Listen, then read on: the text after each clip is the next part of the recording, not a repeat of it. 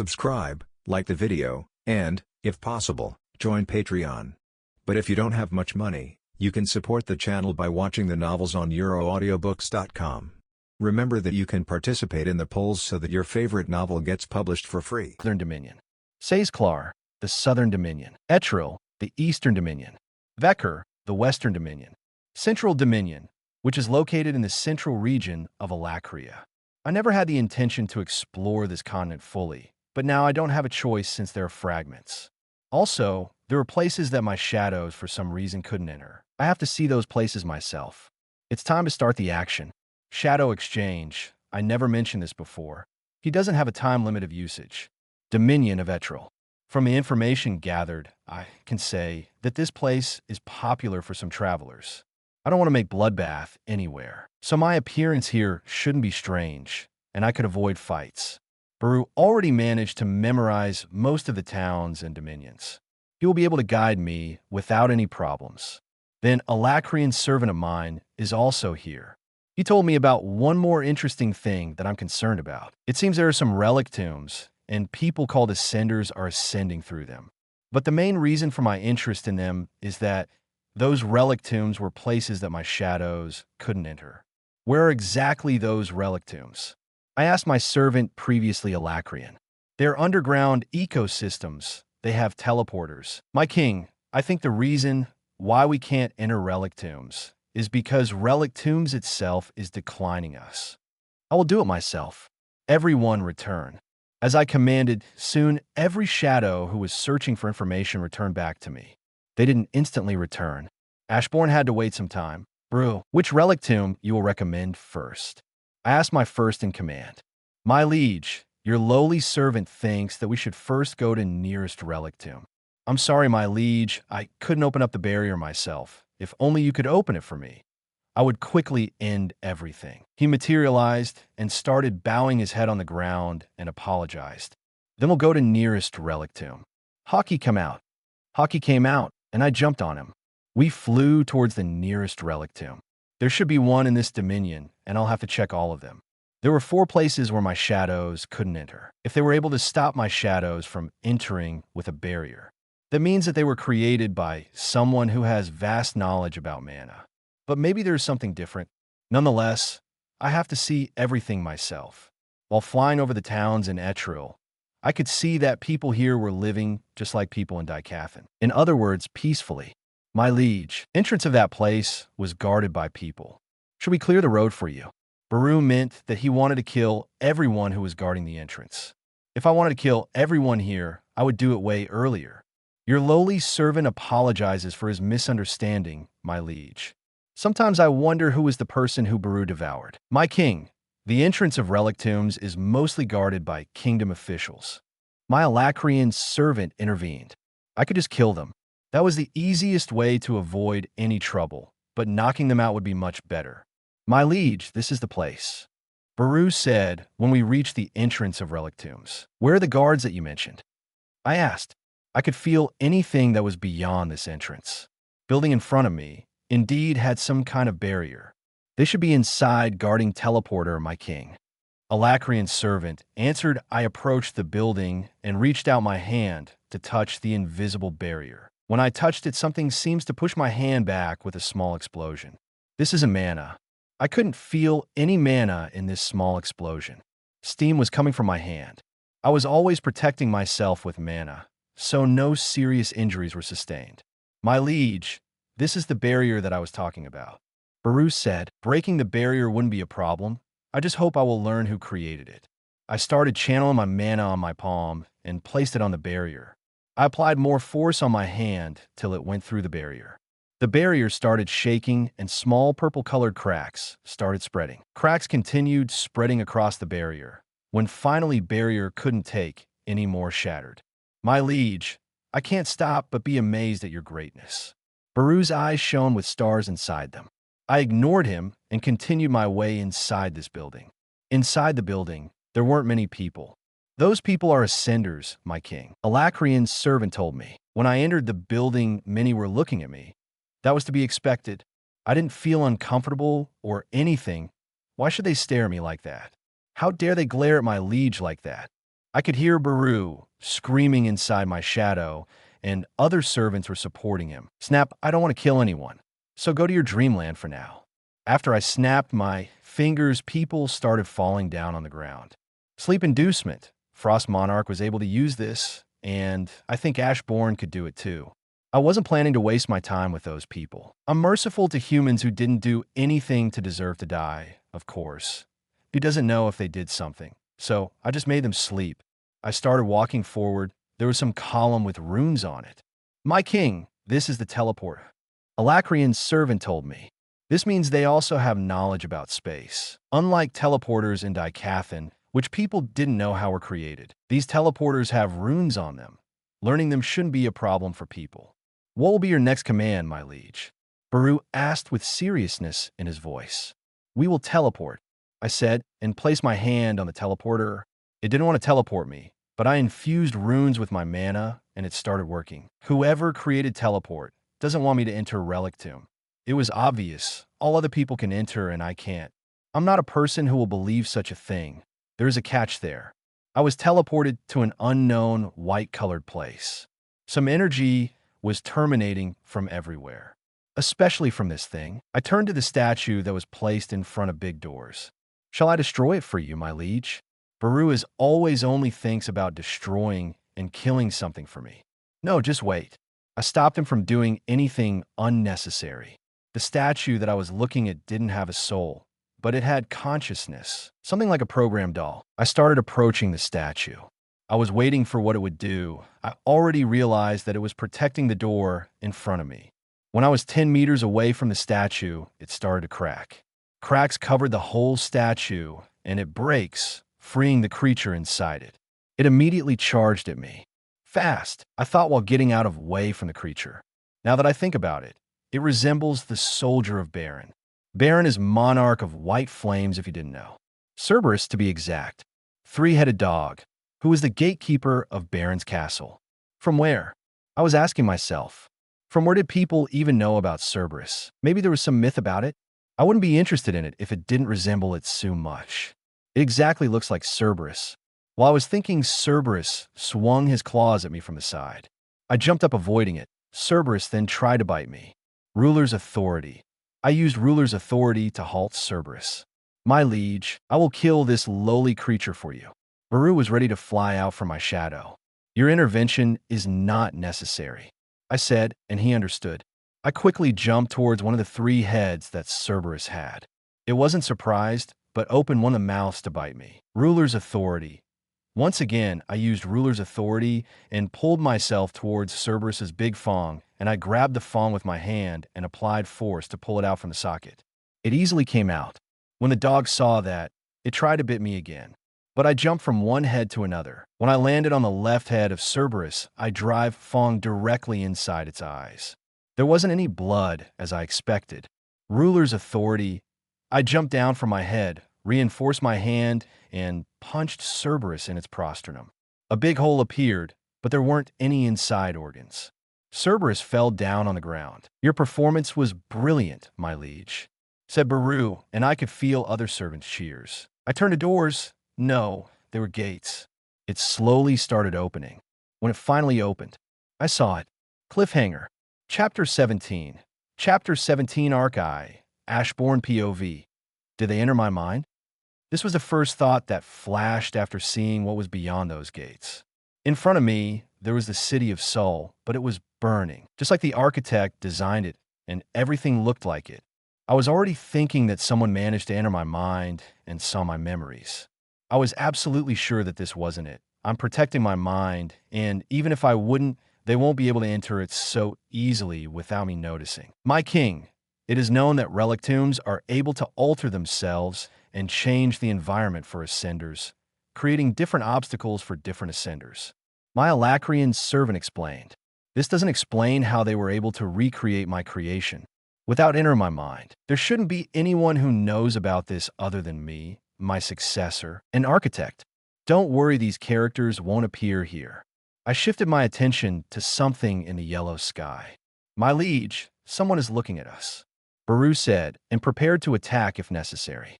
No living presence, but it does also have consciousness, another doll. It teleported from somewhere. It will teleport again. Do not waste time on it. I told Baru. Should we start clearing area, my liege? Baru asked me excitedly. Kill everything, except ascenders if they're still here. I quickly gave the command, and hundreds of my soldiers flew out from my shadow. I also started walking forward. If they copy my demon castle, then there should be other floors, which means that I find a teleporter. My soldiers already started encountering some enemies. They were dolls. I'm doubting that there will be something that can be turned into my shadows. Maybe I had to go in Beast Glades before coming here. It wasn't a bad idea to visit Beast Glades to increase my army. Search for the teleportation gates. I commanded my soldiers. They immediately complied and started searching for gates. While I was walking through burning and destroyed streets of the city, I encountered many monsters. They weren't comparable to Cerberus and easily were crushed by ruler's authority. Still, I'm impressed monsters didn't have mana, but they were strong if we will compare them to beasts in Beast Glades. My liege, we found teleportation gates, but it requires some kind of key. Baru informed me. Don't waste your time for searching the key. I will forcibly activate teleportation. There was no need for a key. My liege, shall I return to you and exterminate everyone on your way? Baru asked me. Poor Baru. He cares for his liege so much. Just stay where you are. I told him and fastened my pace. On the way, I haven't encountered any other monsters. They were already eliminated by my soldiers. That's to be expected from my army. My liege, this is teleportation gate. Baru pointed at teleportation gates. Let's not waste time. Everyone return. Floor 1 till floor 5. Everything was the same as Demon Castle. Monsters were weak. The only difference may be that monsters didn't have mana, and if they are not killed, they will regenerate from any injuries. Everyone aims for heads. I commanded while sitting on some skyscraper looking down from above. I could see how my shadows were fighting monsters and clearing this floor. It was more convenient than always looking through shadow preservation. Baru, do those monsters have some valuable things? I asked Baru. Maybe they have some cores that control them. My liege, they do have some weapons. Baru answered. Bring me one. Well, I said that I heard destruction somewhere in the distance. I knew it was Baru who probably finished off some monster with a weapon. He soon appeared next to me and offered me his sword. My liege, I brought you sword. Sorry, my liege. I couldn't find anything better than this. I took the sword in Baru's hand and observed it. Sword also doesn't have any mana in them. Is it just a normal sword? I thought. I channeled my mana in my hand and tried to bend the sword in my hands. Surprisingly, it could withstand force. This is not normal metal, is it? I asked myself. No normal sword without mana in it would be able to withstand such force. My liege, it still doesn't deserve to be wielded by you. Baru said. It's not for me. I shall save them just in case. Everyone gather equipment and store them in my shadow, just not to waste my mana in the future. I shall store these swords. They have great durability. My king, we found some humans fighting monsters. Shall we intervene? My Alacrian soldier told me telepathically. I want to ask some questions. Shadow exchange. I switched with Alacrian's servant, quickly jumping on the nearest building. I could see some humans fighting monsters. They could hold their ground. Unfortunately, there are too many monsters and they will exhaust themselves. Their mana pool isn't big either, but more of those monsters are approaching them. HM, should I save them? They will genuinely answer my questions.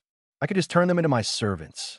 I dismissed the idea quickly. I won't kill those who don't deserve to die. This group of 7 people consisted of one long-range fighter. Conjurer, but with the sword? Others were mainly fighting melee. Weird fighting style they have. I saw how one of them charged to the monster without any care, and the other had to always cover him. Oh, there's the first one. I could see in slow motion how one of the monsters swung its weapon to the conjurer. I swiftly disappeared from my place and appeared in front of the monster. Quickly, I punched the monster in the head, and it exploded. WH-. A person who I just saved looked shocked at the new development. I will kill other monsters, and you will answer my question, is this a deal? I asked quickly, not wanting to waste my time. The person looked at me dumbfounded, but later just nodded. Take care of monsters around me. I told my servants. I could do everything myself, but I didn't want to waste my time killing a weak monster that can be demolished by my weakest soldier. Baru was the first one to show up. He was moving so fast that humans couldn't even notice him. But latter one managed to feel his presence. Baru isn't even trying to hide his mana. Guys, there's a monster and a strong one, shouted girl in the group. She is probably the censor. He is with me. No need to be afraid. I tried to calm him down, but I failed. Who are you? Those humans are too emotional. I thought, my liege, should I kill them for you? They dare to scream at you. Baru, your mission was to kill monsters, not humans. Just kill monsters. Baru nodded, and on high speed, he went through monsters. Literally. A group of humans looked even more shocked at this. I saved you. Now answer my questions. I told them. Wait. First tell, who are you? A guy with an ugly face shouted at me and pointed his weapon at me. I'm the one who should ask questions. With high speed, I moved next to him and scratched his cheek just with a mana-infused finger. Others widened their eyes and looked terrified at my display of speed. So answer me. When did you enter this relic tomb?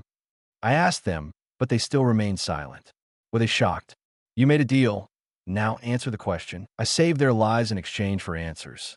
If they won't answer, payment would be their life. I found this badass FUW weeks ago, sir. One of them stuttered. Did Relic Tomb started changing when you were here? Yes, sir. So it started changing when I entered here.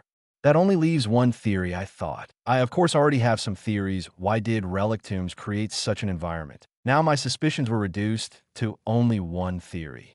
And this only theory was that fragments brought past. Explanation for those who don't understand. Cup of Reincarnation could reverse time back 10 years. Imagine that these 10 years were poured inside the cup. And ancient mages managed to see this 10 years. Someone saw what happened in the past of my previous life, and not only mine. This will explain how they managed to see Demon Castle. But it will bring whole past, not just some memories. In other words, everything that happened, not only me creating Demon Castle. How rulers use Cup of Reincarnation, this will also be in that past. Okay, you are free to continue whatever you were doing. I told the group and turned away to get on a different floor. Excuse me, sir, can we at least know your name? To thank you properly. I'm Ashborn. I answered nonchalantly. Thank you, Mr. Ashborn, for saving us. My name is Austin. Mr. Ashborn? Can't he see that I'm most likely a teen? I never asked for your name. And with that, I turned the situation awkward. I left a group of people before they even knew that. I, with my army, continued going through floors. Needless to say, monsters were still weak. They do have more durability, but overall they are weaker than demons from Baron's army. My king, we found human corpses. Alacrian's servant informed. We're going to say it. Shadow exchange. I once again changed my position with Alacrian's servant. 2 human corpses. 1 girl and 1 is a boy. They are young ones. Their mana pool isn't big, but it doesn't matter. Arise. Shadows started spreading from their corpses. It expanded and formed 2 human figures, 1 woman and 1 man. The man was in black armor from shadows and had a helmet of wolf's head, while the woman had a black dress with blue glowing parts. She looked like a battle maiden. Your name will be Hillith. Hillith literally means battle maiden, and your name will be Hildwolf. I named my soldiers. Their mana pool increased, and the woman is the long-range attacker. 1 witch and 1 fighter. I continued going through floors. I couldn't spot any other humans on my way. They were already out from relic tombs? No, they wouldn't be able to. There should be floors with strong monsters. Such as Vulcan, I doubt that they could recreate Baron. Let's not think about it. This is already the 25th floor. I managed to go through 25 floors. Without even trying, at least they tried to recreate my demon castle. This is funny, isn't it? Plagiarism. Everyone in my shadow. Every servant returned to my shadows. I approached Teleporter and injected my mana in its runes. Soon it teleported me to a familiar place. Isn't this Vulcan's floor? It should be on the 50th floor. Do they have a shortage of resources? A lot of thoughts flashed in my mind. Vulcan isn't sitting on his throne. This is when the shadow appeared above me. Crash, something big landed directly in the place where I stood. I managed to get away from here, but I was still surprised. This lowly creature, Baru, tried to attack a monster that just landed. Halt! This thing, it's strong. Vulcan that was in Baron's army was a strong and fast demon despite its large build. It wouldn't matter to me. but right now I have a feeling that it's stronger. Did Relic Tomb put all its efforts into creating this monster? Right now, if I don't exactly aim for its head, it will probably start regeneration. While I was thinking all of this, Vulcan came to me running with all its might. It has intellect. It was not giving me time to think. Speed and strength are also higher than other beasts that I have encountered in this world. Shame that it's only a doll. I might be able to kill it with one attack. I run towards Vulcan and jump high enough to reach its head. Ruler's Authority. I reinforced my hand with Ruler's Authority and swung it towards Vulcan's head. Before the attack could reach its head, Vulcan bent his body and put his bent in front to at least block my attack. No, this isn't just a doll with some intellect. Someone is controlling it. Chapter 18. Chapter 18 Archai, Ashborn's POV. Someone was controlling this Vulcan doll. Vulcan was not an intellectual creature that could know what to do in situations where he can avoid the attack.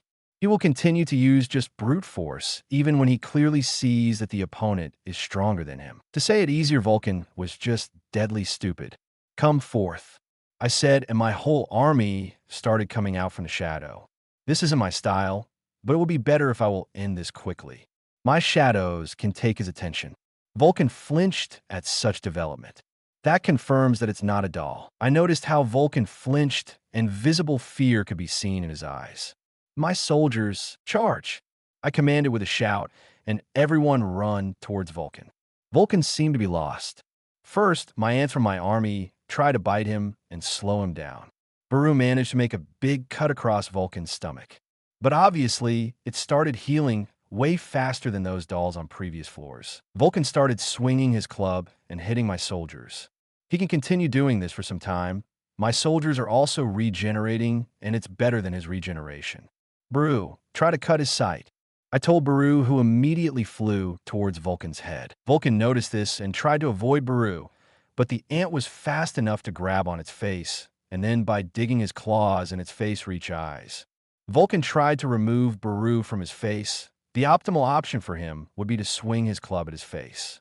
But Vulcan didn't and tried to grab Baru with his big palm. Unfortunately for Vulcan, Baru reached its eyes way before he could grab Ant. Cook, take this. Baru screeched and swung his claw towards Vulcan's eyeball.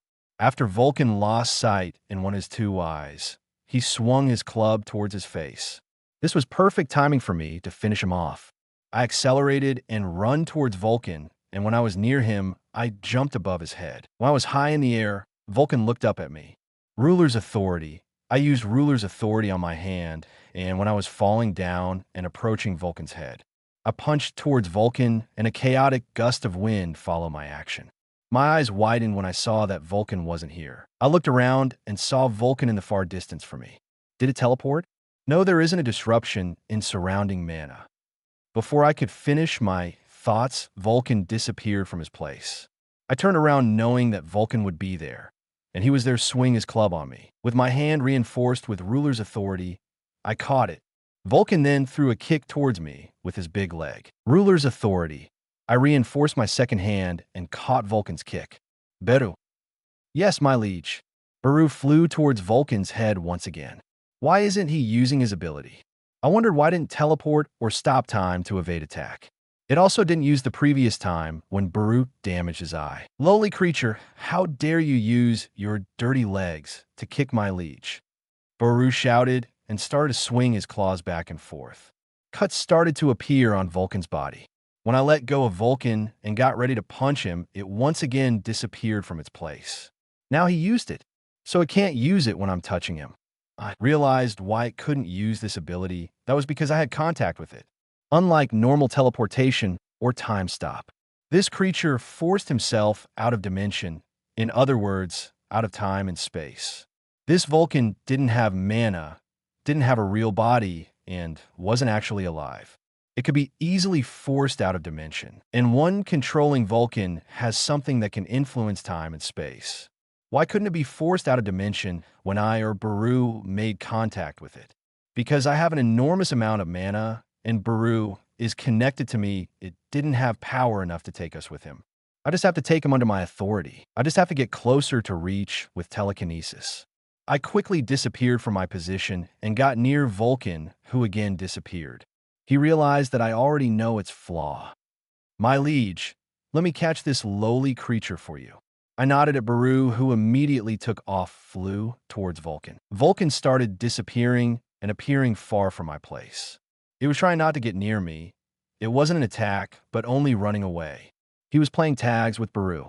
And when Baru got somewhere near Vulcan, I used something that Vulcan didn't see yet. Shadow exchange. I switched with Baru and appeared near Vulcan, who widened his eyes in realization. Not wasting any time, I took him under my authority. Ruler's authority. Vulcan was forced to freeze in place. My mana was concentrated around Vulcan, not letting him move at all. I applied more mana to smash Vulcan with a face in the ground. It was trying to at least do something. Small twitches in his body didn't help him. It's futile. You're not able to escape my authority. I jumped on its head while holding my hand over it and using Ruler's authority.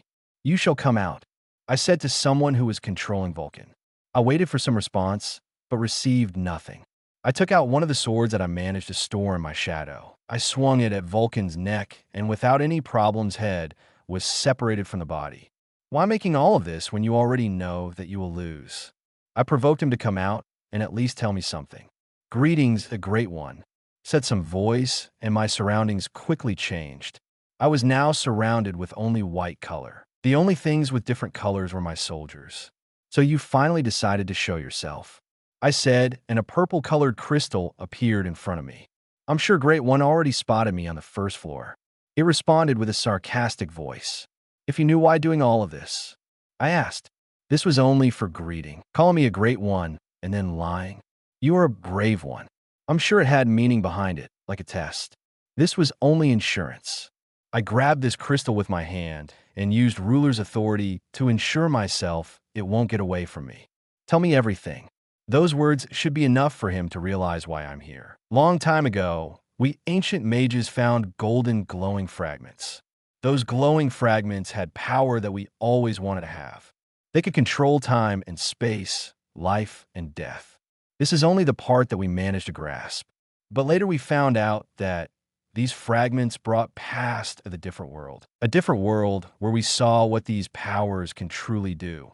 We got scared to experience the same fate as that world where cities and countries were on fire. We started researching, developing a way to create a safe place for other inhabitants to live here safely. But unfortunately for us, these fragments were here for a long time before we found them. Power in those fragments started leaking out, giving its properties to elements that we now call ether. And then Azuras, or higher beings of this world, showed up. In their eyes, we were a threat, and they wanted to have a hand on our ways of controlling ether. We managed to hide fragments in 4 relic tombs. This is one of them. Azuras planned genocide of our whole race. And the creation of these relic tombs that Azuras can't enter is to hide fragments from Azuras. We predicted that someone will come from that past and take these fragments and not get them into the wrong hands. We believed in this and sacrificed ourselves to protect them from Azuras. Crystal shortly explained. Everything that this voice told me, rulers would be angry at their mistakes. They wanted to save races from disappearing, but in the end, their work was done by others. I was previously known as ruler. It would be rude of me not to thank you. I genuinely thanked this crystal. This is only 1 fragment. 3 others are in 3 relic tombs that we built. As Crystal said this, a golden shining fragment appeared next to him and floated in my direction. I gently took it and observed it for a while. You deserve to rest, maybe even more than me, I said, and finally tightened my grip on Crystal until it broke. Now what to do with this? I asked myself and looked at the fragment. It was previously part of the cup. Why doesn't it just fulfill its real mission and serve me as a cup? It could be poured by my mana. It could probably be used as a vessel of my mana. Deformation of fragment is slow. From it, I should form the core and inject it inside with my mana. Then it will start absorption of ambient mana. Rotten apple in a basket full of apples will spread rot. This is a simple function of this vessel. My mana will turn ambient mana in mine. This may be a vulgar way to describe the process, but I'm not a person who cares about this. What to do with this relic tomb? This was already a question that I have to ponder. I don't really care about these ascenders. Either way, I will still keep it. Maybe I would transform it later in my castle later. But right now, I'll continue bending this fragment into the core. Recreating Blackheart, but this time on my own? This one fragment won't be enough, but this is already progress. From his fragment, I could only make a thin layer that can store my mana and absorb some, but it would have a big limit, unlike Blackheart. Too much mana in it, and it will break. Only one layer isn't enough. When a small golden orb was formed, I made it enter the right side, or of the chest. I injected a small orb with my mana, and its color quickly started changing from gold to black. It is sucking out my mana, and in this relic tomb, there isn't much mana that it can absorb. Shadow exchange. I sunk in my shadow and switched with one of the servants that I left outside of relic tombs. Immediately, black orb that was in my body started sucking surrounding mana at a fast pace. The amount of mana that was sucking in the orb was high, that it even started scratching my still undeveloped body. But soon process came to end. Black orb started emitting mana outside. Light purple mana started to burn on the black orb, forming the shape of a heart. I started to feel stronger. Mana from black orb, no, it would be right to call it black heart, started emitting in colossal proportions. I stopped Blackheart from absorbing more surrounding mana, because it might break before it could even do me good. My liege, I must congratulate you for acquiring such power. Boru also became stronger. I was already giving my soldiers my colossal amount of mana to make them stronger. Boru's large mana pool got even bigger. His colors are also becoming darker. His mana color changed because of mana density. There's one thing that I want to try. I started to concentrate my mana on my palm. I tried to give it shape. I then started to pour more mana into it till it started to form a sword. My shadows are still absorbing more of my mana. I need to wait until they fully absorb it. Right now, I had the amount of mana enough to create things such as basic equipment. There are 2 black hearts in the universe. This does bring a smile to my face. Did anyone expect that? Well, maybe. But Blackheart is still incomplete. It still needs an upgrade. It can absorb ambient mana and transform it into Ashborns. It can't store too much. For example, it won't be enough to have an army of 100k shadows. Chapter 19. Chapter 19 Arc I. Ashborn's POV. A few days after I formed my incomplete Blackheart, I started to change Relic Tomb. Everything in Relic Tombs, every creation that is made there, every floor that it created was commanded by the crystal. Since there is nobody to take care of Relic Tombs now, I will just close it. Since it's my territory from now on, I won't let outsiders be in it. Ascenders and Relic Tombs will be kicked out, and nobody will be able to enter again. Baru and my shadows absorbed more of my mana and started to increase their limits. Their mana pool got bigger. Combat capabilities also improved. The most improved one was, of course, Baru. If he was in my previous army, I would rank him as Marshal. It would be great if he wasn't short-tempered when it comes to fighting. My liege, what is our next destination? Baru snapped me out of my thoughts. We will continue clearing Relic Tombs for now, but before that, I want to see what will Alacrians do about closed Relic Tomb. I told Baru, who nodded. For what Crystal told me, Azuras can't enter Relic Tombs, and reason why Vritras. What a lame name, Vritras. Even I, who doesn't care about names, found this strange. And the reason why Vritras, those who occupied this continent, are sending Ascenders and Relic Tombs, is that they want to get knowledge of ancient mages through them, calling themselves deities and gods when they can't even enter Relic Tombs built by some magus. I found this pathetical when they can't justify titles that they gave themselves. My liege, maybe we should slaughter all of them? If I wanted to kill Alacrians, I would be already doing this. I answered I didn't want to start explaining my ideals, so I just closed the topic. Then, my liege, should we go to Relic Tomb? Baru asked. Not yet. We will check something first. Let's visit some towns and ask about Relic Tombs. How did those Vritras react at closed Relic Tomb? I said, and Hockey came out from the shadow. I jumped on him, and he started flying towards the nearest town. My soldiers already learned about Alacria. They know dominions as if they were home. When we were flying above Alacrian land, my Alacrian servant suggested visiting some bar with a lot of people. We could get information without fights. I would look like a kid in their eyes. I look like a teen, and a teen entering a bar with a lot of old people certainly would be strange. My liege, we could just kill one of them, and they will certainly learn their place, suggested Baru. Needless to say, this was a 100% working idea, and I would definitely choose it, only if I did want blood. I already said it. I shall not kill anybody who doesn't deserve to die. I landed near one of the towns of Vekr, Dominion of Vekr, located on the western side of the continent. I remember now. I don't have any money on me. This was a problem. I don't even know how this currency looks like here. My liege, we can take them from lowly creatures. Baru meant to steal from people. I just need to see, and I will create them from mana. My liege, you don't have to waste your energy on creating such a trivial thing. Apparently, Baru didn't want me to create money. Our finances are low. Not just low, but non-existent. We need money for information gathering. Technically, I need money only to enter some pub. But my league, Baru wanted to protest, but I cut him off. Leave it at that. I decided already. I was annoyed, so replied with a rough voice. I walked through the streets of this town. There weren't many people walking in streets. The reason for this might be the population of this town, or they have something to do.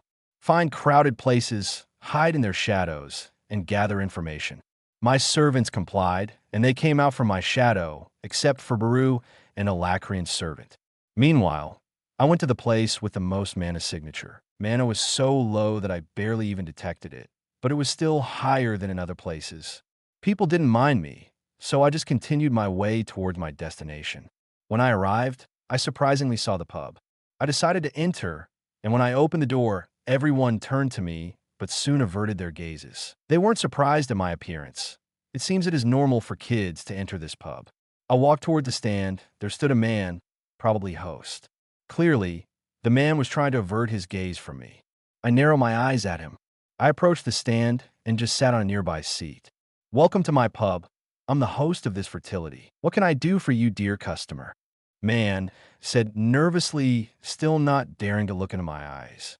I could feel mana in this man. He was, or is a mage, and is also a censor. I didn't answer him and stared at the man in front of me. He felt uncomfortable and was avoiding meeting my eyes. Why you aren't in normal, are you? The man muttered with a low voice only for me to hear. What do you mean? I asked. This amount of mana. It's so dark. Are you? The man's hands were shaking when he said this. He can feel that. It was impressive for humans to feel the nature of my mana. In your eyes, I'm not human. I can't blame him. I may be in a human body, but no one in this has my amount of mana. Let's talk somewhere more quiet place. I said and stood up. The host showed me way somewhere. His whole body was shaking. This earned the attention of people in the pub, but they had other things to do, so didn't mind. This place is quieter. Nobody is listening. I said while trying to sense if someone was near us. We were in the alleyway behind the pub. You piqued my interest when you said it's so dark about my mana. Can you tell me more? I asked. The man got even more frightened at this and couldn't utter a word. Forget it. I will ask something, and then I will leave, I said and looked at the man who was continuously nodding. But remember, even if you slip word about me, I will kill you. Man made weird sound after I said this. I simply ignored it and started questioning. Then answer this. Was there any news about relic tombs in this town? Yes, sir. There wasn't any news-related relic tombs. But I heard the rumor. The man said, and I got interested in what this rumor was. There was some ascender here in my pub. He said that someone not only ascended through relic tomb, but also closed it. Nobody believed him, but might be useful for you. Were there any actions from Vritras? I asked. How can you call them like that? No, there weren't. The man mumbles the first part. You can go. I told him, and he quickly entered his pub. If he says something, kill him. For now, also keep him safe. I'll come back to him. I left my shadow with him, in case if he will say too much. In the end, I didn't even need to create money. I sighed and just jumped on the roof of the nearest building. My liege, what are your commands now? Asked Baru. Guess he can't wait to have battle after acquiring new power. We will clear nearest relic tomb. I will make another layer of my black heart and increase my mana reserves. After that, I suppose that Vritras will do something, so we will have to only wait. I told Baru, who got happy after hearing that we will go to relic tomb. So, is someone near relic tomb? I asked my shadow army, and one of the soldiers soon answered my call. Shadow exchange. I changed position with servant near relic tomb. I looked around and noticed that weren't any people. Mana signatures around were rather big, so this was strange. I walked towards the entrance of relic tomb. When the entrance was already in my sight, I saw some person in front of it. He had a big mana pool, but I couldn't say that he was exactly human. Why? Because it had a horn. I continued my walk as if nothing happened. The barrier of relic tomb, this time, let me go through it. I suspect the reason for this is Fragment's presence in me. "You there!" shouted person with 2 obsidian horns. The person had a hood on him, but I could clearly see his face. I turned to that person who looked at me angrily. "Where do you think you're going, kid?" He asked me. Calling me kid irritated me. I didn't answer the question. I just observed this person. 2 horns on his head, besides his whole body is covered in bandages. "Answer me. Kid, I'm talking to you." He shouted, being angry at my ignorance. "Is there something matter?" I asked. "It's forbidden to enter relic tombs from now on. Go away. And if I don't go, you'll face consequences. You lesser think that you are almighty? Have you even awakened your mark, huh? But, yes, you have mana." I guess he couldn't sense all my mana. "Why is relic tomb closed?" I was interested. Maybe this was Vritra's doing? Relic tomb in Etril was closed by an unknown person. Lord said to guard every other relic tomb and not let everyone go inside. I said, "Already too much. Fuck off and go away already." "My liege, let me kill this coward for you." Baru and my whole army got angry at this person. "Vritra's are already doing things, huh?" It seems that they also blocked information from normal Alacrians. "How dare you talk like that about great Vritra's? Do you even know who you saying this to?" Obviously, I didn't know who that person was. "My king, this person is one of the retainers. He is Vritra-blooded. My Alacrian servant informed me." I'm clearly not against having you in my army."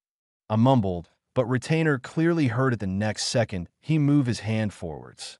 He tried to do something in my shadow, but then widened his eyes when nothing happened. What did you do?" He asked me with disbelief on his face. "You just tried to use something in my shadows? This is the greatest insult that I can receive from someone like you." "Ruler's authority. I used this to halt the retainer in his place and pull him towards me. He couldn't stand on his 2 legs because the force was too big and he had to kneel and use his hand to support. Ruler's authority. I used ruler's authority on my second hand and punched retainer directly in his face. Retainer flew somewhere and raised dust on his journey. I don't know if he survived after such an impact. He is still alive. I could feel his mana that was getting bigger. "You are not normal lesser, are you?" I heard the voice of the retainer, who soon came out from the dust. "What is your name?" I asked. "Why should I tell you?" He asked me, and some shadows manifested on his body like armor. His bandages were now torn off. "You surely don't want to be unnamed in my army, right?" You may think that this is a joke, but I was quite serious about this. "I'm Retainer Yudo. Remember this before you die," said Yudo and floated on the ground. "Where do you think you're going?" "Ruler's authority." I once again used ruler's authority to bring him down. He once again slammed on the ground, but this time he could stand. His shadow armor helped him. "Retainer Yudo." I heard another voice in the air. Another figure showed up. "Silrit," Yudo shouted. "What is the situation?" He asked and approached Yudo, who was not far away from me after I released ruler's authority. "This lesser, he is dangerous." "My king, this is the retainer that tasked me to get a dragon, Sylvie. Alacrian's servant told me. What do you think we take him on? He has an immense amount of mana." Newly appeared retainer asked Yudo. "There are 2 of us, and he is alone. I doubt he is strong as size. There's no need to worry." Yudo said. "Alone, you say?" I asked, and they soon widened their eyes. Come forth, Chapter 20. Chapter 20 Arc I, 3rd POV, Come forth. When Ashborn said this, Yudo and Silrit widened their eyes from shock. Chills run down on their backs when Ashborn's shadows started expanding and started forming shapes of monsters. Monsters with black armor and purple glowing parts manifested. A terrifying amount of mana was emanating from them. What the hell is this? Both retainers had similar thoughts. Ashborn, meanwhile, manifested his own black armor and black one-handed sword from his shadows. Right now, the sword that Ashborn was wielding was emitting more mana than Yudo. Do we even have a chance? Yudo thought while looking at monsters. We have to hold our ground before scythes arrive. Silrit said, took off on the ground. They will arrive here? Yudo asked, and his expression brightened a little. They would definitely feel such mana outburst. Silrit told Yudo. While they were talking about what to do next, suddenly Baru appeared next to them. Yudo's face paled when he saw Baru's speed. Silrit, not wasting any time, took hold of Yudo and moved him away from Baru. Silrit brought out his large sword and tried to slash Baru, but Ant avoided it without any problems. This ant isn't even using ether arts. It is using just physical capabilities, yet it's so fast. Silrit yelled in his mind. Yudo, use your spikes. Silrit yelled at Yudo, but Yudo's next words shocked him even more. I can't use them. This guy can control shadows somehow. Yudo shouted and looked at Ashborn, who was standing on Hockey and looking at them as if looking at bugs. TCH, just fight black monsters. Silrit yelled and started releasing some black fog that covered the battlefield. This black fog has poison? No, it's something different. Ashborn, who was standing on Hockey, felt something in black fog. When he exhaled, he immediately understood that it had something. Unfortunately for you, poisons nor your black fog won't work on me, said Ashborn and looked at Silrit. Even that doesn't work? Silrit only had one option now. It was just to survive and wait for Scythe's arrival. Ashborn's shadows already neared Yudo and Silrit. Yudo had to fight monsters without his main ability because it didn't work on the shadow monsters. Silrit also couldn't use his main ability because it didn't work on monsters nor Ashborn. He used gravity art to at least enhance his physical capabilities. When Silrit hit one of the monsters and split it half mysteriously, it once again merged in one. These monsters can also regenerate. Silrit shouted for Yudo to hear. I already know. How much they fight doesn't matter. Monsters regenerate even when they are hit in the head, it just grows back. Silrit and Yudo were trying to get away from monsters as much they could. However, their mobility was top-notch. Nobody was getting away of another. They were getting near Yudo and Silrit fastly. If they try to fly high, Ashborn or even Baru will bring them down. All of their abilities were nullified, and enemies were still in shape without any hints of exhaustion. While Yudo and Silrit started to pant hardly. Even hope that Scythe will come didn't raise their morale. What will change even if Scythe comes? The outcome was already decided in their eyes. They will die before any Scythe comes here. Baru dashed at two retainers, and both of them flew up to dodge the attack. At this moment, Yudo felt a familiar feeling. Ruler's authority. They both got frozen in the air. Ashborn used telekinesis on retainers to halt them both in one place and make them easier for him. He ran down the battlefield while being on the Hockey. He prepared his sword for a strong slash. When Hockey was already near retainers, Ashborn slashed with his black swords and split Yudo in half while cutting Silrit's leg. Yudo's eyes were filled with disbelief. Meanwhile, Silrit, who fell down on the ground without a leg, didn't even try to fly anymore. He just laid on the ground and waited for his death. Why aren't you fighting for your life? Voice rang out in Silrit's ears. It was Ashborn who asked the question. I don't have enough power to fight. It's pointless. I will still die. Silrit answered with still closed eyes. Yes, you're right. You will die. With that, Ashborn slashed again and killed Silrit, but this wasn't the end. But you will reopen your eyes in the darkness. Arise. With a commanding voice, Ashborn shouted, and immediately shadows exploded from Yudo's and Silrit's bodies. Shadows soon formed a humanoid shape. They both had purple glowing eyes and purple glowing horns.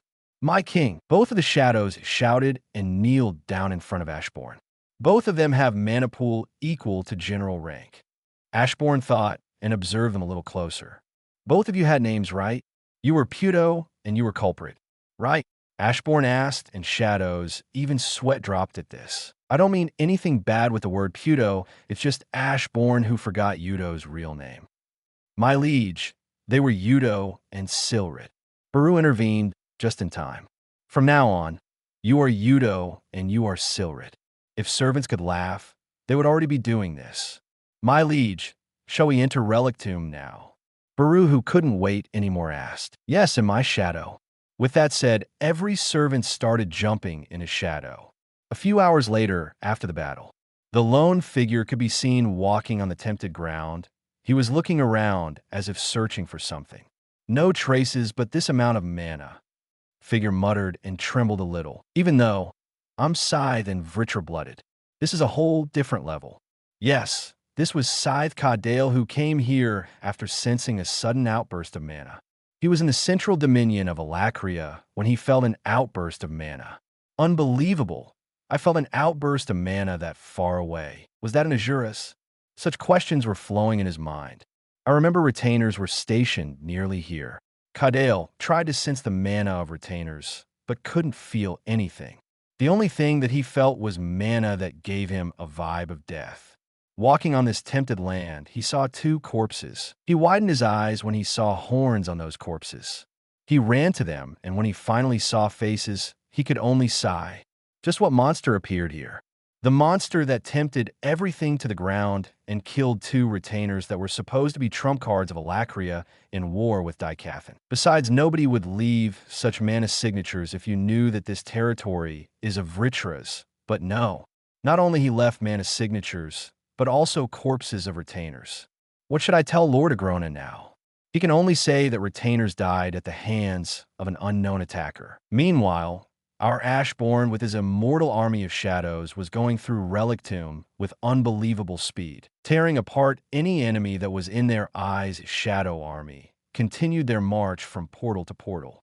Their liege didn't have to intervene. He was just walking through the burning streets of the city that was created by Relic Tomb. Nostalgic memories that Ashborn cherished were getting clearer when he was walking in these burning streets. Remembering his successor was maybe the only happy memory that he had from past life. Well, now I'm sad. My liege, we are ready to clear the next floor. Marshal Baru appeared next to Ashborn and informed him, we shall start clearing the next floor. With that said, his soldiers returned to his shadow and waited for their liege to use the portal. 25. This was the count of floors that Ashborn managed to clear in a short amount of time. Right now, he is on the 50th floor of Demon Castle, or the 25th floor of this relic tomb. There had to be Vulcan, the ruler of the lower floors in the Demon Castle. But current circumstances were different. He already defeated Vulcan in the previous relic tomb. What relic tomb will come up now? New boss, or already existing one, but floor different. So if it's Metis, how did relic tomb change its abilities then? Said Ashborn, and looked at the skeleton figure in front of him. Metis was a powerful demon that could summon the undead. Now, will it just summon more dolls? Metis pointed his hand at Ashborn, who only stared at the skeleton. Soon something raised from the ground.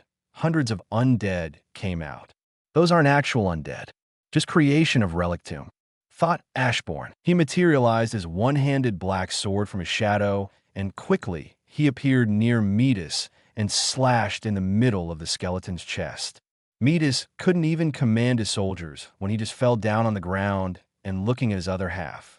His undead army also started falling. Ashborn wanted to take a fragment that was in Metis's body, but Baru came out and did this before him. My liege, you shouldn't touch this lowly creature. Baru took out a fragment, and while on kneels offered it to his liege. Ashborn felt awkward and just tooted it without any words. Should there be also crystal? Why can't I feel it? Ashborn wondered if there is a crystal that managed relic tomb. My king, there possibility that you destroyed it while attacking this lowly creature. Alacrian's servant told Ashborn, still without name T to the power of T. This is the second relic tomb. There are two more. I shall clear them after I visit Dicathan. Said Ashborn. Chapter 21. Chapter 21. Ashborn's POV. After clearing the second relic tomb and creating another layer from Blackheart, it was finally time to go to Dicathan. I spent few weeks in relic tombs, but in relic tombs time flows differently. Few weeks there can be months outside, and maybe even the opposite. Crystal told me the truth. Fragments really started leaking their power. Now this so-called ether has properties of fragments. In total, I spent 8 months on Alacria. I can return to Dicathan and spend some time with my family. Also, it's time to take beast glades in my hands, and I shall increase my army quickly. I decided that I will make guild independent organization long ago, but I shall do it now. to minimize future problems. The main problem is that it would be dangerous for people to enter Beast Glades because I plan to give my soldiers freedom. They will kill everything that they see on their way, and humans will be included in everything. We are leaving. Everyone ready? I asked my soldiers. Yes, my liege. Baru answered for soldiers. Shadow exchange. Walking through the streets of Xyrus. Why? Because I have to find a present for Ellie. I promised that, and I'm a man of my word. Why am I walking in the streets when I can create something from mana? Because I don't know what to create. Now here I am searching for an original present that my sister will like. I don't have problems with finances because I can at least create coins from mana. Also, I can visit the guild on the way. My liege, I recommend gifting small daggers. I think Lady Ellie would be happy to receive such a present. Baru suggested, and I almost agreed. Wait, I don't want my sister to fight in melee. It certainly wasn't an option. If my sister has to fight, which is almost impossible when she has 50 soldiers in the shadow, she should at least fight from distance. Then what about the bow, my liege? Now this was something that I can approve of. It's decided. Bow it is then. I announced to my soldiers, who looked at me with deadpan expressions from the shadow. I decided to visit Caspian on his work. Shadow exchange. I changed position with a soldier which was in Caspian's shadow. He was sitting in his office and reading some reports. I decided to just put my hand on his shoulder. Ah! He screamed and turned around, and when he saw me, he just sighed. At least notify when you're showing up, Mr. Ashborn. Caspian said, and calmed down. It was 8 months since I left. Anything happened in this period of time? I asked because I didn't have time to always observe some person, so I didn't know what was happening in guild. Nothing much. Maybe yes. What is it? I asked. There was the person who took the examination. He had a mask, and I couldn't see his face, but he had auburn hair and blue eyes, just like you. Maybe he was your relative? Caspian does have a great observation. Yes, that was my brother. This could be a pointless question, but did he pass the examination? As Arthur's brother, I do have my faith in him, and I already knew the result. I personally watched him through my shadow. Yes, certainly. I personally fought against him, and I can say that he is strong, as expected of my brother. But I can't say that he is as strong as you. Caspian hasn't seen me in action yet, but he thinks that I'm stronger than Arthur. Bruh, of course. Aren't you overestimating me? I asked, at which he shook his head. This is ridiculous, but only just your aura made me shaken. There's no mistake. You are the strongest person in Dicathan. Caspian may be the only person who can truly comprehend my power. He directly felt my aura and can deduct that I'm not even showing my full force. Yes, you are right. I agreed. I didn't know if there was anyone in this world that can be stronger than me, even though I don't know the whole world. I have the confidence of a Shadow Monarch. Even you agree.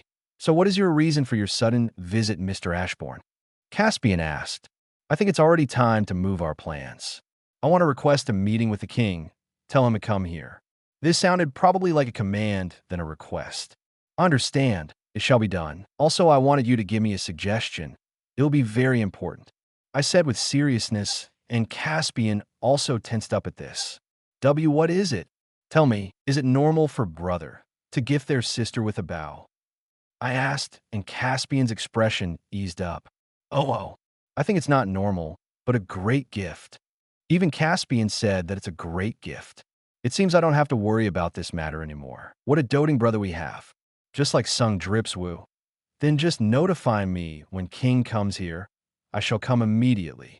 Blaine would come without any objections. He is too fearful of me. I would like to use this fear to make him give me Beast Glades whole, but what would other countries think? I'm not someone who would spend my time on getting such a thing. Blaine does have a reputation and could force other countries to agree on this. Besides, with the support of the S-Class adventurer, it would make his job only easier. I'll be going now. Shadow exchange. I changed position with the soldier that was Donhe roof of Helstia Manor. Why there? I have to create a bow first.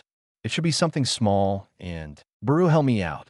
It may be embarrassing for someone like me, but the next few hours me and my high-ranking soldiers spend time discussing what kind of bow I should gift Eleanor. My king, maybe we should create a bow that can choose its form that is most compatible with the owner. My Alacrian soldier made the first ever suggestion in our long discussion. My liege, this is cheating. Burr didn't like that the best idea came out not from him, but from a Lacrian servant. You shall also receive the award. For now on you are Alvis. I named my Alacrian servant. He showed me smartness of a whole different level today. Alvis meaning all-wise. Yes, that should be his name. Finally received name. Poor Alvis will serve as liege and make better suggestions. It is decided then. I shall give my sister a multifunctional bow. I announced so that every my servant hears this. Alice Lewin's POV. Already been months since both Ash and Art left. Art is sending us letters through the guild. Ash, meanwhile, sends his bond, which is always appearing behind us mysteriously. Somehow he does understand us, and when we ask questions if Ash is okay, he nods. I'm extremely angry with Ash. First, it appeared that the S-Class adventurer is my son. Then he left, only leaving some ladder. Then we received offers to accept the status of nobility, and Ray rejected them. I almost freak out, but in response, King just told us that if we need something, then we can always call for him. This was something that I didn't expect. Maybe Ash has to do something with it. His potential got noticed by King? Or something entirely different. I just hope he didn't threaten the royal family. I thought, and went to search for my daughter. After Art left for his adventures, Ellie worked hard to make his brother proud. The whole day, she was meditating with Lilia. Tabitha and Vincent were so overjoyed when their daughter started to form her core. Ray also managed to assimilate with the Beast Will. This core that Ash gifted him was S-Class core. I'm not sure how Ray managed to assimilate with such Beast Will, but he does work with him well. Both Ash and Art do so many things for us, and I'm ashamed of myself to be called their mother. I should be the one to protect my children, but it's the opposite. Mom, are you sad? I looked at Eleanor, who peeked out of her room. No, just thinking when your brothers come back. It wasn't a lie nor a truth. I'm sad and happy at the same time. I have such great sons, but I can feel it. You're sad, that's clear. I'm worried about Ash. He left without anyone supervising him. Even if he has a strong bond with him, I'm still worried. The same situation is with Art. He left with Jasmine. My brothers are strong. They will come back without scratches. Ellie exclaimed. I felt relieved at her words. Yes, as Ellie said, without scratches. I heard someone's voice behind me. Brother. Ellie shouted and run towards brother. Wait. I looked back and saw Ash standing and looking at us with his usual expressionless face. I, of course, got shocked and happy instantly. I also ran towards him. It was only 8 months, not much. He said and hugged Ellie, who ran at him first. Brother, you left without saying goodbye to me. Ellie removed fake tears from her eyes. Ashborn Lewin, I shouted and also hugged him. I also had tears in my eyes. They were real. Tears of happiness. It was only 8 months. Ashborn muttered and hugged us back softly. Oh, no. I won't overlook this now, young man. You left without even telling us beforehand. Mom, just forget already. My brother came back. Ellie shouted to me. But no, as a mother, I have to teach my child so they won't do reckless things in the future again. Mother, how is father doing? Ash asked me. He's doing pretty good. He won't stop bragging about you and Art with his colleagues. He also managed to assimilate with Beast Will. It shouldn't have to be a problem for him. Wolf, from who I got core, didn't have elemental affinities. It used only mana arts. So it was still him who got those cores. Ashborn, how many S-Class beasts did you fight? Wolves fight in packs mainly. They never fight alone. Does that mean Ashborn fought a few of S-Class beasts? There was around 5. Why am I even asking? I'm just glad you are okay. I gave up. Can something even surprise me after this? Ellie, I said in the ladder that I will bring you a present, didn't I? Ash turned to Ellie. Ashborn's POV. Okay, Ellie. Are you ready to shoot? I asked my sister. Right now, we were in the backyard of Helstia Manor, testing a new weapon that I created for Ellie. A bow that I created was only made out of mana. Altering its size and form for users is an easy thing to do because of that. Besides, it can be fueled by my mana. Distance doesn't matter. It can shoot normal spears enhanced by mana, or just mana arrows, which are created from my mana again. Besides, how much mana does it take depends on the user's emotions. If my sister feels fear, then I will pour whole my mana into it. Like that, someone who dared to scare my sister will perish from this world. Ellie, do you know how to shoot with a bow? I asked my sister, who nodded. Yes, I remember how Helen used a bow.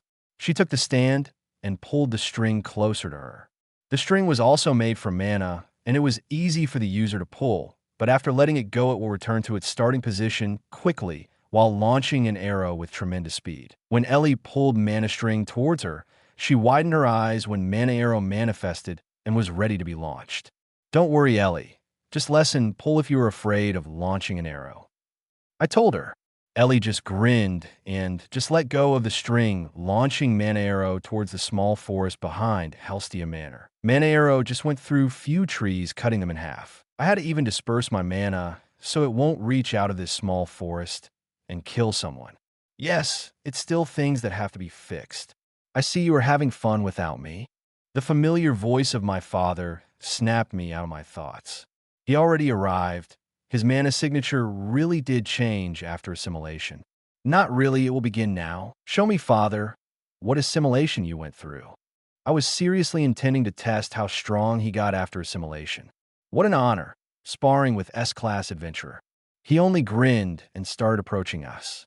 Just don't break everything here. Mother said, that's not guaranteed. My father's grin didn't disappear. I agree. Let's get started. Hello, readers. Few problems showed up. My Radeon software went nuts after updating and GPU is working unstably. Reason? Maybe drivers, who knows. I have to fix it. Chapter 22. Chapter 22, third POV. Standing few meters away from each other, Ashborn and Reynolds. Son and father duo were facing each other. Reynolds, after getting stuck on solid orange stage, managed to get on the next stage quite easily with the help of S-Class Beast Core. Right now, Reynolds is light orange stage and is close to breaking through yellow stage. Besides, he managed to assimilate with Beast Will that he found in Beast Core. He can bring out the first phase of his Beast Will without any after effects on his body. Father, are you ready? Ashborn asked father, who only grinned and immediately entered the first phase of his Beast Will. His hair stood up and turned its color into white. Eyes, meanwhile, turned in a blood red color. He can't transform more than that. Ashborn noticed that something didn't let Beast Will work on its full potential. I can only enter the first phase of my Beast Will. His father answered, and Ashborn only nodded. He just doesn't know what his second phase. Ashborn thought it was weird why he didn't transform fully. Now he realized that people here think that Beast Wills have phases of transformation. His father had great strength to handle this Beast Will, and it should be able to transform fully. He just doesn't exactly realize what his own Beast Will is. Here I come. Reynolds dashed at Ashborn with great speed. He quickly got near Ashborn and tried to punch him, but Ash just evaded his punch. Ash in return swung his leg at his father. Reynolds noticed leg, aimed at his chest, and quickly jumped back. Beast-like reflexes, Ashborn analyzed his father's movements. Reynolds managed to see his attack, even though he didn't put any effort into it. It's still formidable that someone actually saw his swing. Not bad, not bad. I even got surprised.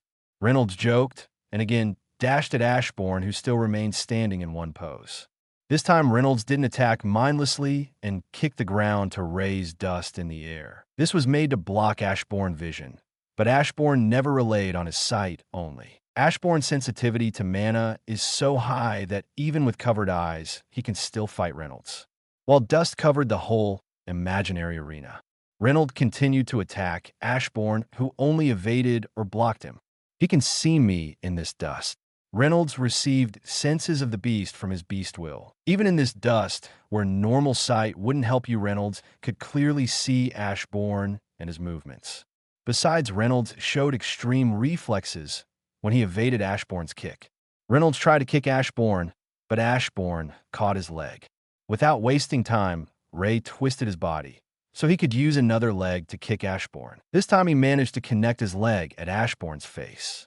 Ashborn was pushed back from this contact, but no visible injuries were seen on his face. He was perfectly fine, but uneasiness was found on Reynolds' face. You sense this, right? The feeling that you are prey. Ashborn told his father. Ashborn was releasing some of his mana. For normal people or mages, this mana would give a feeling of fright. But for Reynolds, who now had beast-like senses, it felt like he was in front of his predator. He was prey. That wolf in the dungeon also felt the same. He wanted to run away from fright, but couldn't. Ashborn said, as he took a step forwards. Are you the same father? Are you that same wolf who ran away as prey? Ashborn asked his father, who only grinned. You cocky little. Reynold shook his head. Right now, he didn't want to lose to his son, at least not without putting up a good fight. Ashborn charged at his father, who let his guard down. Immediately appearing next to Reynold, he swung his fist at his face. Reynolds widened his eyes and tilted his face to evade punch. Ashborn hit his father's chin, who stumbled back. Let that beast take over you. Ash wanted his father to fully utilize his beast will power, and if Reynolds wanted to use the power of the beast, he has to turn into one. Your beast will is of a wolf, father. What do you think is the second phase of your beast will? That wolf didn't have any elemental affinities. It just enhanced himself with mana. Now, why don't you enter the second phase? Ashborn asked as if mocking Reynolds. Easy to say, thought Reynolds, but it was worth trying to transform. Concentrating and imagining what exactly he wanted to transform into, he let Beast will do the job. Being already in the first phase of his Beast will, Reynolds could easily enter the second phase of his Beast, well, if he could imagine what exactly he wants to turn into. Reynolds just didn't listen to the Beast's instincts that told him what to do. How ironic. Beast will itself wants to help, but he just didn't listen to it before. Ashborn watched how Reynolds was entering the second phase of his beast will. He was doing everything instinctively.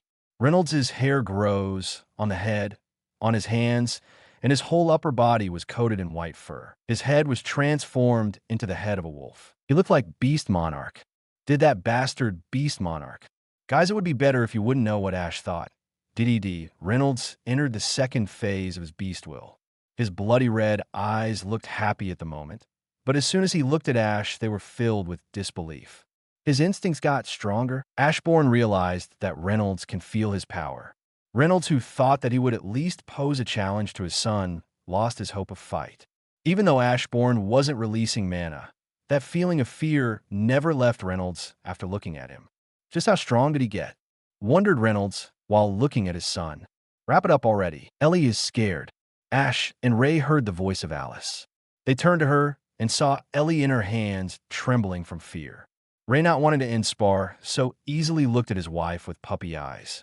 Miraculously bloody red eyes turned into his normal blue ones. No, Alice said, answered, and Reynolds felt defeated. He returned to his former self and transformed back into a human. Getting out of the second phase took a lot of his stamina. I feel so tired. I want to eat. It didn't seem that he was tired.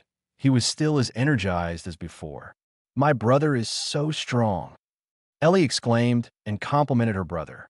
Of course, he is El. He is my son. Ray also added his word and warped his hand around Ash's neck. Alice just smiled at their interactions. So, Ash, are going to do now? Are you also going to attend Xyrus Academy? Ray asked his son, who looked confused. What Xyrus Academy? Ashborn knew what was Xyrus Academy, but he didn't plan to attend some kind of school that can't teach him anything. R was already admitted there. I think Director Goodsky would also like you to attend. It was now Alice who said this. It's one of the best magic schools, Ash. You should attend. I don't want to, Ash answered shortly, surprising his family. Why is that? Reynolds asked. Magic School/Academy is created to teach magic to others, but I don't see any reasons for me, who already knows magic better than most teachers there, to attend that school. Ashborn being taught by those who don't even know what exactly is mana? Ridiculous. But Alice was thinking that Ash was getting overconfident in himself and tried to retort, but got stopped. I'm not going to learn under someone who doesn't even know what is mana. What are you talking about? Mana is a fundamental subject. Any and dash Alice once again got stopped. Even in guidebooks for starting magicians, it's said that mana is like water. It can take many forms. Then why people still can't use mana as they want to and rely on their elemental affinities? As Ashborn said, the four elements of fire, wind, earth, and water started floating around his hand. Subject is closed. With that said, they didn't continue arguing. Right? So what did he say, Ray? Vincent asked Ray at the dining table. Currently, Leywins and Helstias were dining and celebrating Ashborn's return from his journey. Nope. Reynolds' nonchalant answer shocked both Tabitha and Vincent, but Lilia wasn't different from her parents either. W, what are you saying, Ray? Vincent, still not believing in Ray's answer, asked again. As I said, Ashborn won't attend Xyrus Academy, but I already told Directress to come here, muttered Vincent, and Ashborn heard him. I never said that I will attend before. On another hand, you are bringing Directress to test me. I presume that's it, Ashborn asked, and chills run down on Vincent's back. Why, yes, Vincent answered. So let it be. May she come, and I will send her back again. Ashborn didn't like what Vincent did. He didn't like that Vincent is bringing someone to test him without notifying him, and who would dare to test a monarch? People still don't know the identity of an S-class adventurer, even someone high-positioned as Directress of Xyrus Academy. Ashborn thought, if Good Sky knew about Ashborn being an S-class adventurer, she would immediately beg Vincent to convince Ash to attend Xyrus Academy. When is Lilia going to attend Xyrus Academy? Alice changed the topic. Oh, from next year. She managed to awaken, so it shouldn't be a problem. Tabitha answered happily. For Helstias, it was big news that someone in their family became a mage. All thanks to Arthur, said Vincent. Who would have thought that Arthur had 4 elemental affinities and 2 deviances? Arthur managed to help Lilia awaken as a mage because he managed to help Lilia feel mana particles. If Arthur didn't have 4 affinities, that wouldn't be possible. Of course, if he is not Ashborn. I could probably directly form the core in her body, but she was still young for that process. Forming core in someone isn't a problem, but that person would have to adapt to the sudden increase of strength. Ash, by the way, on what stage is your core, since you are S-class adventurer? Maybe high silver. Reynolds suddenly asked questions that piqued everyone's interest. I already don't care about revealing this. I no longer use core. I simply don't need it. Ashborn answered, shocking everyone in the room. Then how are you able to use magic? Lilia, who always wanted to form the core and become a mage, asked. Mana isn't something that needs core to be used. The short answer of Ash didn't make any sense for people. I don't understand at all. Nobody understood. Am I teacher explaining lesson to students? Wondered Ashborn while looking at the group. To say it easier, I use magic without the core. How? I'm just built differently. What's up, boys and girls? Chapter 23. Chapter 23, third POV. Ashborn Leywin with his family and Helstias were waiting for guest arrival. That guest was the Directress of Xyrus Academy, Cynthia Good Sky. For people who didn't live under the rock for the past century, Cynthia would be a valuable guest. But that doesn't apply to Ashborn, who thinks that Cynthia is just an old hag who wants him as a student. Uncle Vincent, when is she going to arrive? Ashborn asked. He didn't know Cynthia's mana signature, and he could sense a lot outside of Helstia Manor. She should arrive in few minutes. Vincent answered nervously. To Vincent, Ashborn is still S-class adventurer, and he quite fears him. She is the directress of the prestigious Magic Academy and arrives late. I won't go there, just like a brother, Ellie said, and Ashborn nodded at her. Ashborn could teach his sister way more than anyone in the whole universe, also making the process of learning fast, effective, and fun. Big mana signature, but it's a magical creature, not human. Ashborn sensed some animal's mana that was stronger than most he encountered outside of dungeons. Soon mana's signature came closer. Some woman's mana signature was also with it. The mana of women was low compared to a creature. Knock knock knocks were heard on the doors of Helstia Manor. As soon as Vincent heard knocks, he runs towards the door and opened them himself. He came back few seconds. An old woman with some creature on her shoulder followed him. Guys, once again, please meet with Cynthia Good Sky, Directress of Xyrus Academy. Vincent introduced the woman, but this was only done for Ashborn. It's pleasure to meet you again, Directress Good Sky. Pleasure is mine. I came here to visit another potential student of my academy. Little did she know that there was no potential at all. Ashborn Leywin, I presume. Good Sky turned to auburn-haired boy. And you might be Cynthia Good Sky, Ashborn said nonchalantly. Don't be rude to Directress, Ash. Alice whispered in Ashborn's ear. I can't sense your core. This means that you aren't awakened or you have a higher core stage than me. Cynthia narrowed her eyes at Ashborn. Is he white core mage? Cynthia internally screamed in her mind. Are you a mage, Ashborn? If yes, then why can't I sense any mana? The woman asked again. You're just weak. Why, she asks. Ashborn said and shocked Cynthia, who now understood that person in front of her was a powerful one and probably had white mana core.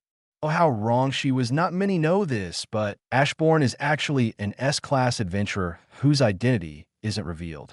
I know it might sound unbelievable. Reynolds, who couldn't keep his mouth shut, said, "Oh my."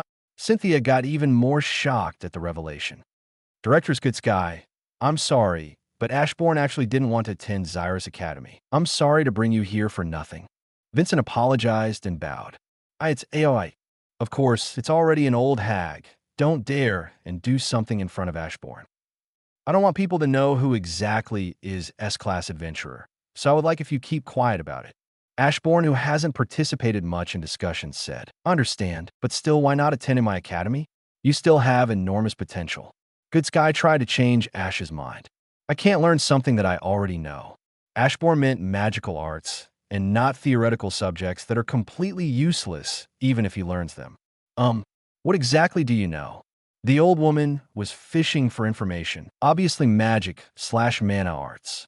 Cynthia, being the directress of the Magical Academy, couldn't let such words of Ashborn go past her ears.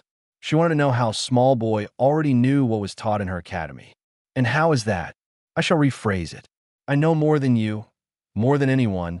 What exactly is magic and mana? So, I refuse to learn something useless. Good Sky couldn't argue more.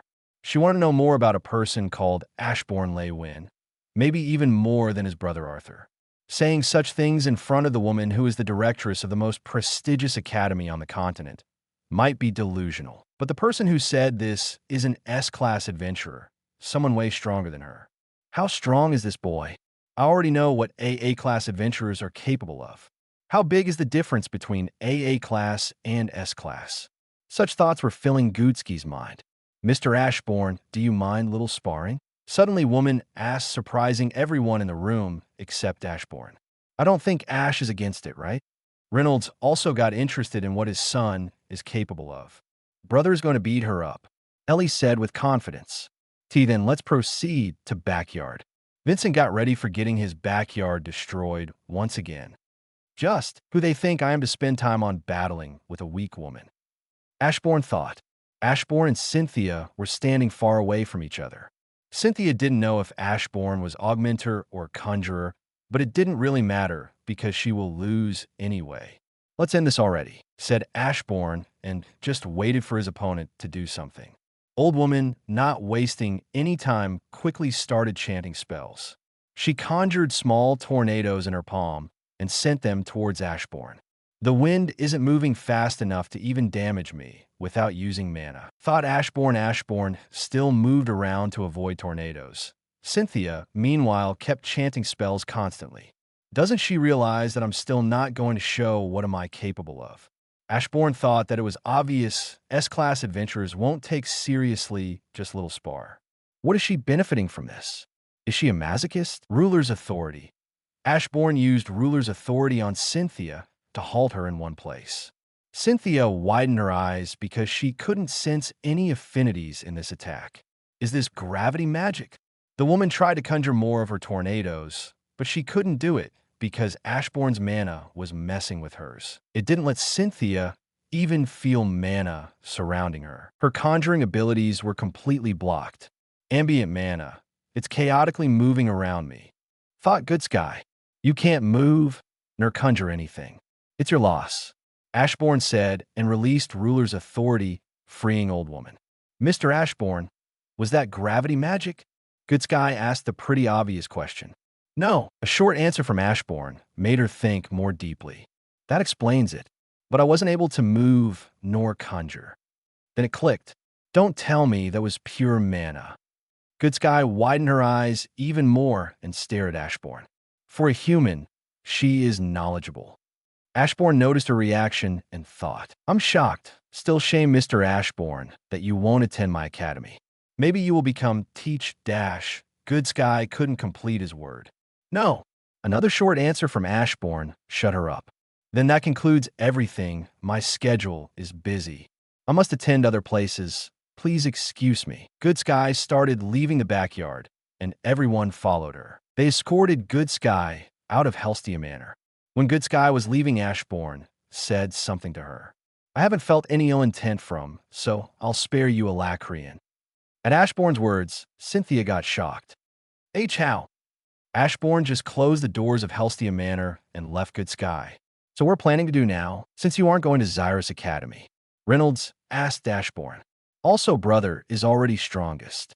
He doesn't have to train anymore. He can stay there all the time. Ellie added, and she was right. Ashborn was the strongest creature at least in this world. He could flatten whole this continent and take control of it by force. But his pacifistic nature played a role there. He didn't want to turn the whole continent into his servants, and there is no guarantee that normal people will listen to him if they aren't his servants. All actions done by him had maybe one and only meaning, which was to create a safe, peaceful place for him to rest with his new family, to live as a human, also without upsetting his family. That's important. Dom, the god of family, approves. Ashborn's POV, this woman, Cynthia Good Sky, she has a high position. Since she is the directress of such a prestigious academy, then royal family is probably giving him everything she needs. Compared to people on Dicathan, she is a proficient mage. She somehow did and hide her runes on the back. If she is still under command of Alacrians, then why creating an academy of mages at that? With her magical abilities, she could easily take a position in royal mages and receive more information about the continent from there. Besides, she has a powerful beast wyvern at that. I would happily take that wyvern in my army if it didn't have an owner. As I remember, Xyrus Academy was created way before my arrival in this world. Alacrians could already make a foothold here in Xyrus, but there aren't mages with runes on the back in Xyrus. More I think about this, more I realize that those Azuras have some internal problems. Why not attacking when you know that you will win without any problems and big losses?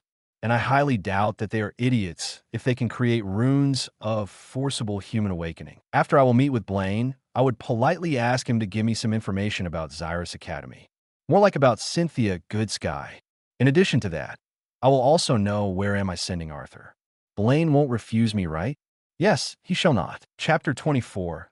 Chapter 24. Ashborn's POV. After a day from the old woman's visit, Caspian notified me that the king will be arriving. Caspian works fast, or Blaine wants to meet me. It wasn't even 3 days since I told Caspian to summon the king and the guild. I already understood that King wants to be on my good side since he offered noble status for my family. Wait about that. Father, have you accepted noble status? I asked my father. No. After saying this, he started laughing. Why? Well, imagine Noble living in other Noble's manor. Technically, he was still working under Vincent as a guard. They're close enough to be called very close friends. I guess father didn't want to leave his friends? Maybe to repay the debt. He could accept and repay debt, but refused. Human feelings and emotions are still confusing for me. I should ask what Blaine is truly planning. Maybe there's a war? But no. No country will declare war. Since there's an S-class adventurer here, I'm pretty sure news reached other countries. I might as well get going. Shadow exchange. I switched with a servant in Caspian Shadow. This time he wasn't surprised because he called me. Greetings, Mr. Ashborn. Caspian greeted me with a bow. Hello. How are you today, Caspian? Caspian looked at me, and with his usual smile. Work lately was tough because of S-class adventurer's appearance, but everything is returning to its places, said Caspian, and I nodded. Blaine already arrived? I asked, and he nodded while pointing at some room. Yes, His Majesty arrived immediately after I asked for him. Caspian is still referring to the king as His Majesty, so my strength and authority hasn't blinded him. I want to talk one-on-one to him. Don't let anyone enter, otherwise someone might get fried. I finally told him, and he nodded. I entered the room where was Blaine and immediately saw that his guards weren't present there. I see you guards aren't here. I announced my presence in the room. They will be useless anyway. Blaine just smiled. He is way more self-assured than before. That might be true. So let's immediately get on to business, I said, and he nodded and sat in already prepared seats. I also sat right in front of him. So, on what matter you summoned me, Mr. Ashborn? Blaine asked, and I started speaking. First of all, let me hear what you wanted to talk about. You seem to be in some predicament. He sighed after hearing my words. Before your disappearance, some adventurers found evidence of new continents' existence. And you are sure that a new continent exists. I already knew, but still asked. Yes, we are 100% sure that a new continent exists, and it seems that they're already ahead of us in gathering intel about each other. Do other countries know about this? We are already having some negotiations about forming an alliance, but it might be even bigger than just an alliance. Blaine answered, surely if you have such matter to attend, you won't just come here so quickly. Maybe you want something from me. It seems I hit right on spot. Yes, Mr. Ashborn, you are an S-class adventurer and is surely one of the strongest mages in Dicathan. So I wanted to only ask about cooperation. Cooperation, you say? Then it shall be beneficial for both of us. Blaine nodded in agreement and begun. Understand, it will be beneficial for both of us. No, it would be beneficial for Dicathan as a whole. His last word surprised me. Dicathan as a whole. I want to unite 3 races. The short answer from Blaine. He surely wasn't the person who just wanted to unite 3 races just like that. That piqued my interest. I don't think nobles in those countries will agree on this matter. They have a too big ego. Blaine got frustrated at this. He himself thought that commoners are inferior to nobles. But right now I sit in front of him. I probably destroyed his complex of superiority. Yes, I know, but since you aren't noble, normal citizens will listen to your words. So I just need your support in this matter. Certainly, not a hard thing to do. HM, now it's time to listen to my requirements. I saw how Blaine flinched after hearing me. To say it simply, I want Beast Glades to be Guild's territory. Obviously, Guild needs to be an independent organization. I said. Blaine widened his eyes and stared at me in shock. My demands were truly shocking, but he doesn't have many choices. He can refuse, but will lose the support of the S-class adventurer, or accepts and gains his support. I can make Guild independent organization, but I doubt other countries will agree to give Beast Glades. Even if you are an S-class adventurer, other countries just won't listen. I have a solution for this. Just make Guild participate in political events such as one that is happening. I told Blaine, and he went into deep thoughts. Yes, but how this will help you? In the current situation, yes, it won't help much. Right now, Guild is just an independent organization without much influence outside of Sapin. With my help there, and Caspian's business mind, a lot of things might change in a short amount of time. Besides, I already saw a lot of dwarves and elves here in the Guild. They are representatives, surely. I have my own ways. I'm giving you favor in that matter, too. I will make this beneficial for 3 races. Now, just arrange documents and make Caspian leader of guilds across whole Sapin. Blaine understood and stood and moved hands towards me for a handshake. It was normal for humans to shake hands, so I took his hand and shook it strongly. We've come to an agreement. I'll arrange everything as quickly as possible. I will also inform other countries about this matter. Certainly, other countries should know that this organization is now independent.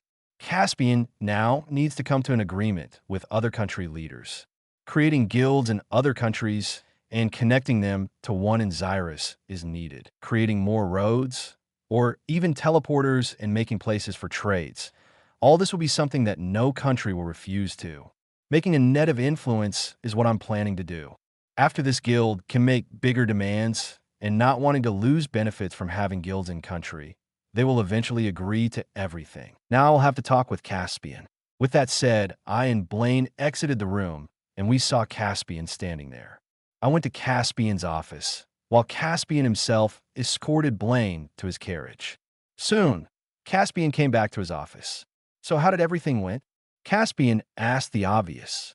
Yes, everything went the way I wanted. We have to now discuss what we're going to do in the near future. Caspian nodded and sat at his seat. Still, negotiations with other countries shall be done.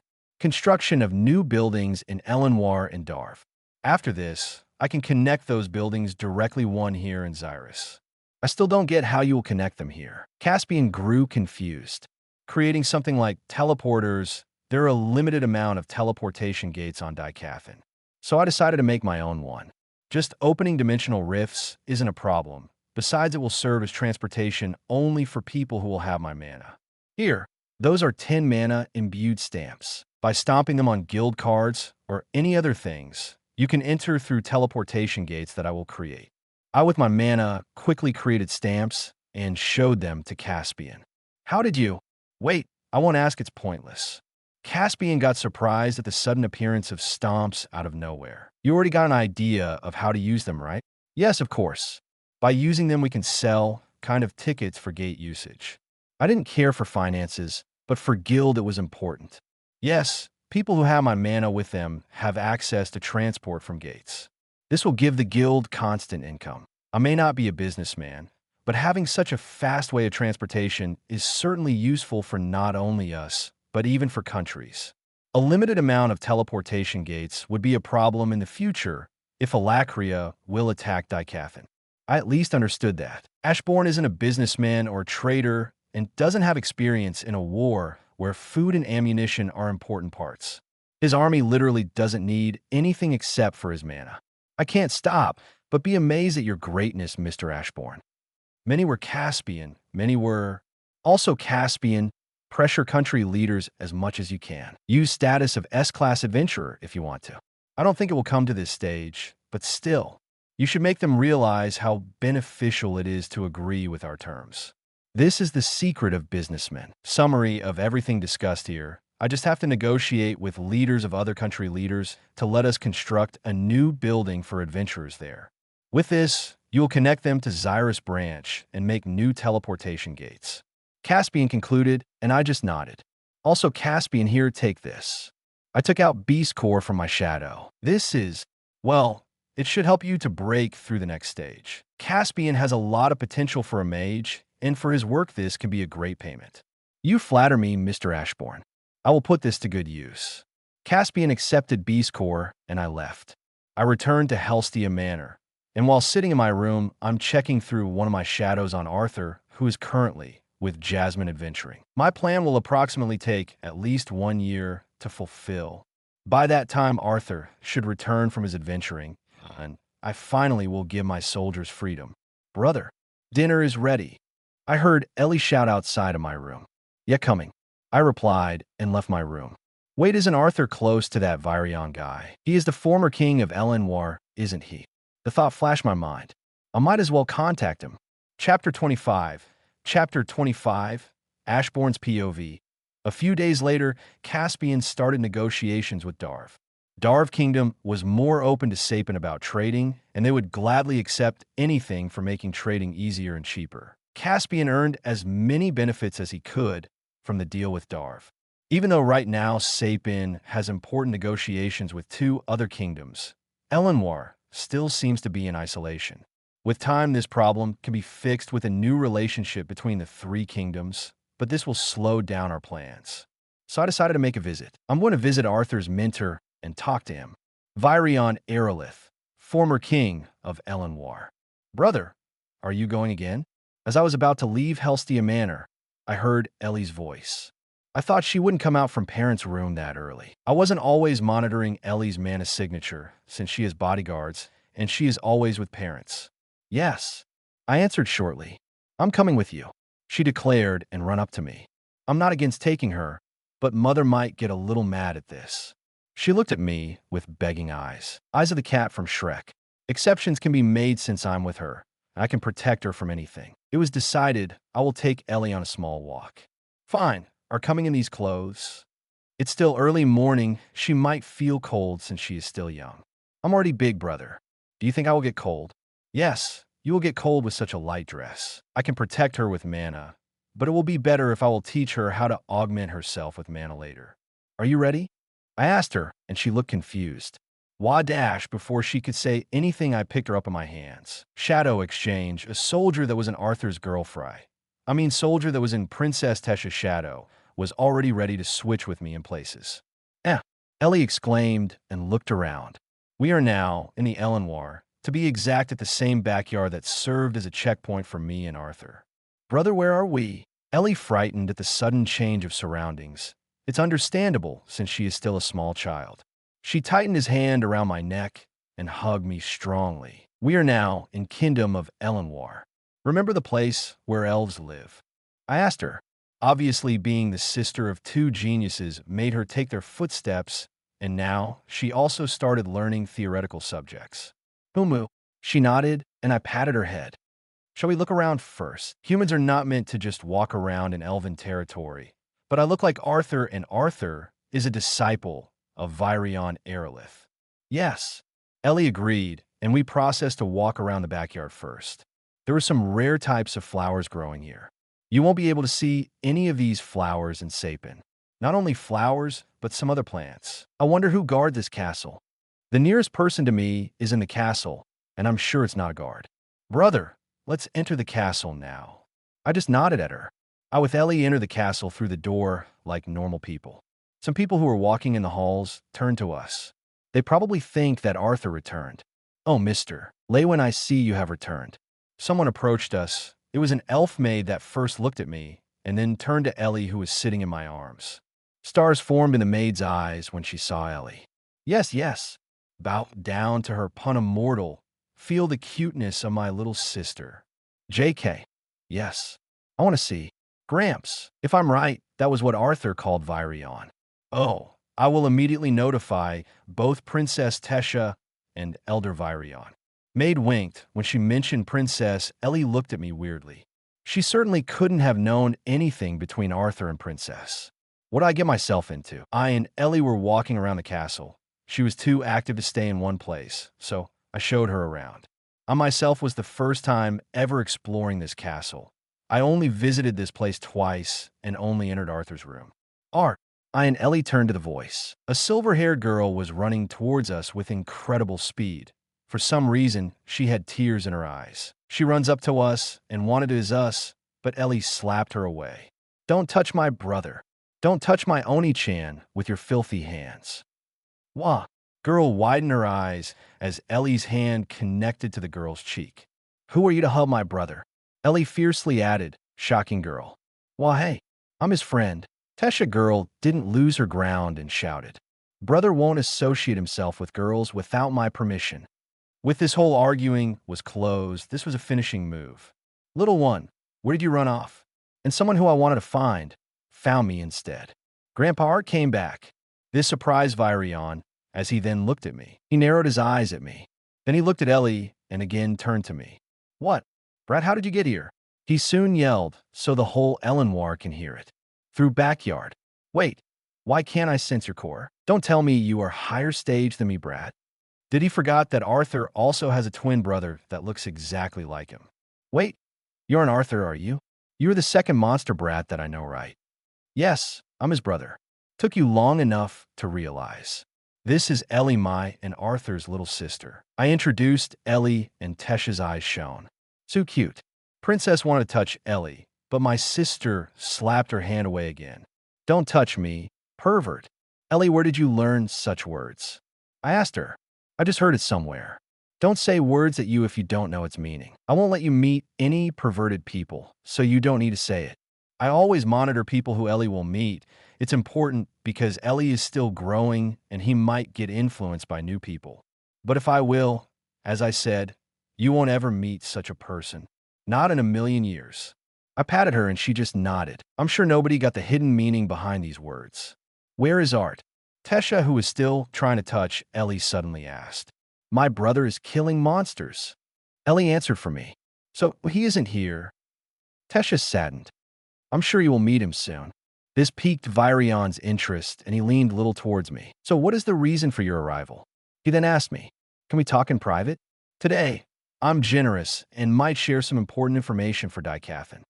I said the last word with a serious tone. He glanced at the girls first and again turned to me with a nod. Little one, can you take small Ellie with you and play somewhere? He told Tesha, and I put down Ellie on the ground. Everyone in her shadow. With this said, all my servants went inside Ellie's shadow, just in case. Brat, follow me. I ignored how he called me and just followed. He led me towards some protected room with sound isolation spells casted on it. It wasn't necessary, since the nearest mana signature was 50 meters away. As we entered the room, I realized it was an interrogation room. At least built such thing in the basement. So, what do you want to talk about? I have a gut feeling that it really is something serious. I'm already aware that there are negotiations going between 3 races. Virion widened his eyes. Those negotiations should be known only to the high-positioned person in the kingdom. That's right. So, I'm just giving you a suggestion. Get out of this isolation and be more open with negotiations. Adventurers Guild has some beneficial offers for Eleanor. I'm sure you would like to lessen discrimination between three races, so think about it. And maybe you will also change the mind of your son. Virion seemed to proceed with everything that I just told him. How do you even know all those things? Certainly. How does some boy know all this information? I took out my black guild card and showed it to him. He stared at it for some time, but then sighed. I won't freak out, because this might be the last time my heart could handle. I'm also not against hearing your opinion about this matter. While this can make negotiations with other races way easier than already is benefiting for us. Also, since we don't know exactly what we will receive from forming a deal with Guild, I won't go any further than this. I will try to make my son at least listen to Guild's offer. Oh yeah, some boy just entered their castle and told them to be open with a deal. Are you even listening to me seriously? I'm just a normal kid in your eyes. I asked, normal my ass? You are the exception. He muttered the first part and then said, well, our parents would be worried since I and Ellie are having really long walk. I wanted to get up and walk away, but Virion stopped me. By the way, I wanted to thank you. For what? You see, when Arthur contacted your family, it was with the help of my old friend. She's a special type of deviant, the diviner to be exact, and she can see a glimpse of the future. But this comes with a cost, and she spent her own life on this. But after she saw you, she can't use her powers. So thank you. Now her condition isn't worsening. He finished his words after a big pause. I see. It would be better if you warn other diviners if you're not to see me. I don't think it will end well for them. I then exited the room and went to Ellie. I did what I intended. Now I need to wait for Caspian. Chapter 26. Chapter 26, Ashborn's POV month. That was a time that I thought will take to complete negotiations with two countries, but Caspian made a tremendous job and fulfilled the task in 15 days and snatched a lot of benefits for the guild. Now Adventurers Guild can build a few buildings in Eleanor and Darv. Those buildings will serve just for adventurers from those two kingdoms. This will continue until all three races finally make alliances and unite three kingdoms. That was what we planned. Dwarves immediately agreed to our terms after they heard that the guild is ready to use teleporter for trading since the kingdom of Darv is located underground. They don't have as many resources and goods as the kingdom of Sapin. Even though Sapin and Darv maintain a symbiotic relationship in the matter of resources, dwarves themselves will build Adventurers Guild near Beast Glade's border and make a tunnel to their underground kingdom. Meanwhile, elves will also build the Adventurers Guild with the support of our resources, of course. With the special permission of King Alduin himself, 100 adventurers are allowed to cross borders between two kingdoms. It would be more proficient to build a guild by myself. I have a lot of hardworking ants in my army, but Caspian said that this will serve as a good improvement of the political situation between kingdoms. Also, Caspian became more energetic since I gave him that beast core. He is now in the mid-silver core stage and is close to breaking into the high silver core stage. But this wasn't the only thing that Caspian gained from that beast core. That core was infused with a little amount of my mana. I want Caspian to work on 100% every time. Diseases and injuries may give problems later. I decided and gave him my blessing, so poisons, diseases, and injuries won't pose a threat. Flashback start. Mr. Ashborn, I want to ask you what core exactly did you give me? Caspian asked me. I sensed that his core had different color, so that meant he broke through the next stage. But Caspian is a smart one. He probably noticed that he didn't just get to the next stage. It was Beast Core and High Class 1. I answered calmly. That's understandable since I broke through the Silver Core stage. But I'm feeling way more energized. Besides, while absorbing mana from the core, my mana core cracked a little. I was worried about this, but later core healed itself. I don't think that any beast core would have such effect. Caspian said, and I could understand where he was going. Yes, beast core was infused with my mana. Now you don't have to worry about serious injuries, such as lost limbs, because they will regenerate. In addition to that, you now have poison resistance. No, that's an understatement. You have poison nullification, and diseases don't pose a threat.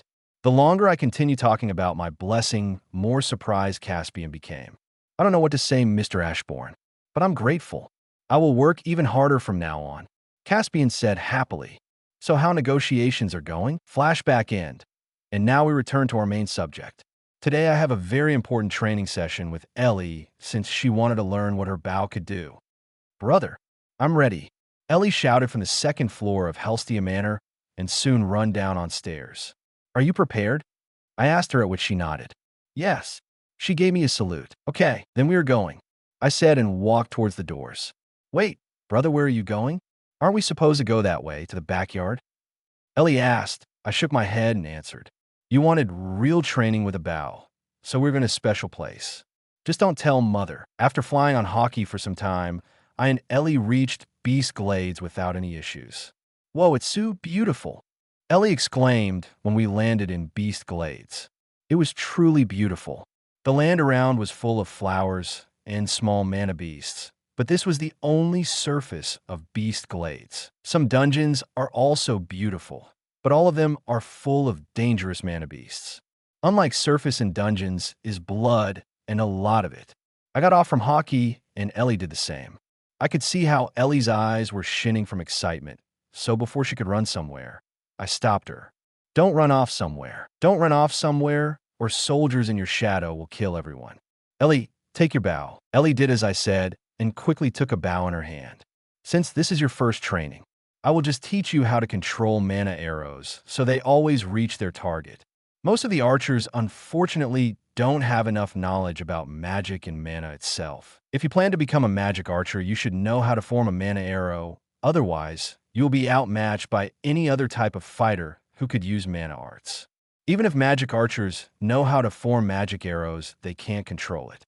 When arrows are released, they reach a place where they were aimed from the beginning. And right now, I'm going to teach Ellie how to change the direction of the arrow in midair. If we are successful enough, then Ellie should be able to control mana arrow however she wants. Ellie formed mana arrow. Ellie nodded and quickly formed a mana arrow that floated in around her hand, but I doubt it would harm anyone since mana wasn't solid enough. As expected of my little sister, for Ellie, it was already incredible that he could manipulate mana on such a level. Now try to launch it at that tree, I said and pointed at the closest tree. Ellie tried. She tried, but couldn't launch mana arrow. It was stuck to her hand and didn't move even a little. She tried to launch it with swing, but mana arrow only dissipated. I can't launch it, sighed Ellie after many attempts. Obviously. So what should I do? Ellie asked. Well, you have two options. Either will your mana to go where you want it to go, or just release mana so it goes where you swung your hand.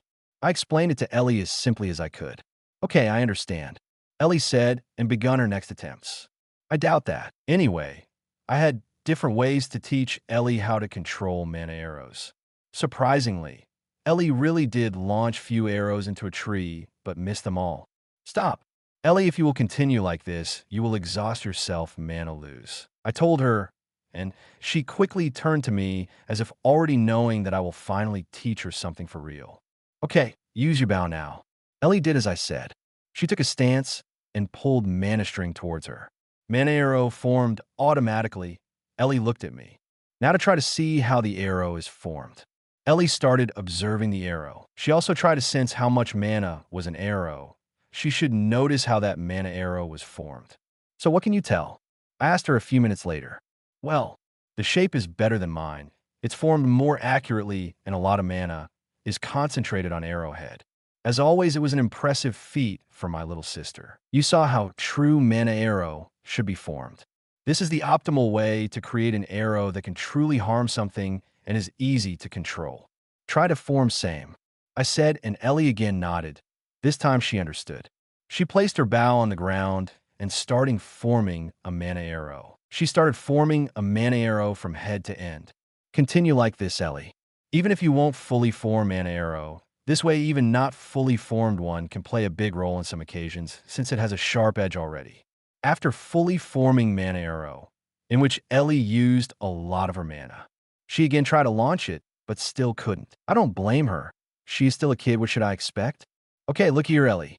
She looked at me. A few mana arrows floated around my hand. When Ellie saw this, her eyes sparkled. My arrows quickly started flying around me and Ellie at high speed. Do you understand what I'm teaching you, Ellie? I asked. Oh, couldn't you show me that from the start? Ellie shouted. Go and show me results then, I remember explaining everything that I wanted to teach her. All right. Most children like illustrations more than reading actual text. Ellie took a stance for some reason. Then she put her hand forward and aimed it at the tree. She held her breath and started forming arrow. In a few seconds, she formed an arrow. But she closed her eyes, and later when she opened her eyes. What? I missed. What did you expect when you closed your eyes? I muttered under my breath, but Ellie heard it. But brother, I can't concentrate without closing my eyes. Since when she couldn't concentrate without closing eyes was a mystery even for me. Don't close your eyes. Maybe next time you will hit the target. Ellie seemed not to like the word. Maybe Ellie, again and again, tried to launch mana arrow towards the poor tree, but couldn't hit it. In the end, Ellie laid down on the grass from mana exhaustion. Brother, you are supposed to teach me not to torture. Ellie shouted at me, releasing all anger that she held for all this training session. You asked for it. You wanted to learn how to use a bow to launch arrows, but that bow of yours can't control arrows for you. Since your enemy won't wait for you to aim, you need to learn how to hit a moving target easily, and this is the easiest way for you at least. I explained. She looked at me with teary eyes. But that's torture. Battlefield is torture for everyone. Maybe that wasn't a thing that I should say. Fortunately, Ellie didn't bother about it. Okay, try again. I forcibly refilled Ellie's mana pool. She got surprised at the sudden surge of strength. I did it, brother, I did it. Ellie was running around me happy and satisfied. She did really hit a tree, even if it wasn't enough to somehow damage the real enemy. For a kid, it is a tremendous achievement. So what now? Are we going home? I'm super tired, asked Ellie while clinging to me. No, I still want you to practice with your bow. I answered. Ellie looked as if her soul left her body. I know this is too hard for a kid, but just in case I need to teach her how to protect herself, I thought. So where are we going? Ellie asked after regaining her composure. Where else? Into a dungeon, of course. Chapter 27. Chapter 27. Ashborn's POV. The dungeon dive wasn't as pleasant as I thought it would be, though Ellie was positive from the start since she could test her bow fully. But later I realized that for Ellie it's still early to kill, even if it's a mindless beast. For Ellie, it's still something that is alive. Flashback start. I and Ellie were currently in the low-class dungeon. Mana beasts that looked like rabbits were hopping from place to place, trying to reach us. Hockey took a high position, so beasts couldn't reach, and Ellie without worry could shoot. Now aim your bow at mana beasts. I told Ellie, who looked at me frightened. Wait, so I will have to shoot at those rabbits. Squeaked Ellie while looking at mana beasts running below us. They're moving targets, only better for you if you manage to hit them. Later I regretted what I said. But they are. Ellie looked at mana beasts with sorrow in her eyes. If you think that they are cute, it's nothing like this. They are ready to tear apart your bones and flesh. You still think that they are cute after hearing this. I looked down and looked at the boss of this dungeon. Boss was also a rabbit. It had white fur and red eyes. Ellie was afraid of that certain mana beast because of its red eyes. White rabbits with red eyes. Damn, I'm so scared of them. Ellie, if you don't want, we can return home. I already knew that she wasn't ready to kill. But if by small chance she will do it now, later it might be easier for her. No. Ellie's answer surprised me. She took stance on. Her legs were shaking, and she almost fell off from hockey, but I quickly caught her by the collar. You are shaking. Are you sure you want to do it? I asked, and she nodded. Mother and father were always hunting mana beasts, you know, I said, and this seemed to reassure her a little.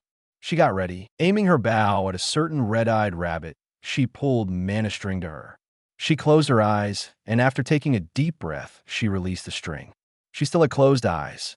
She waited for something to happen, but fortunately for her, when she opened her eyes, nothing was killed. You aren't ready yet.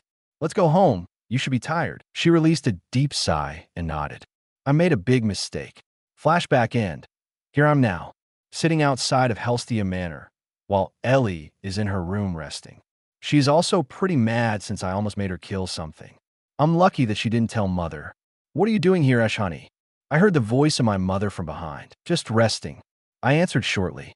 And what happened, young man? Why is Ellie mad at you? Alice asked suddenly. How did she? I got shocked at my mother's intuition. Ellie's training was really hard. I answered while hoping that situation won't get serious. Is that so? But Ellie is still young, and she is the girl at that.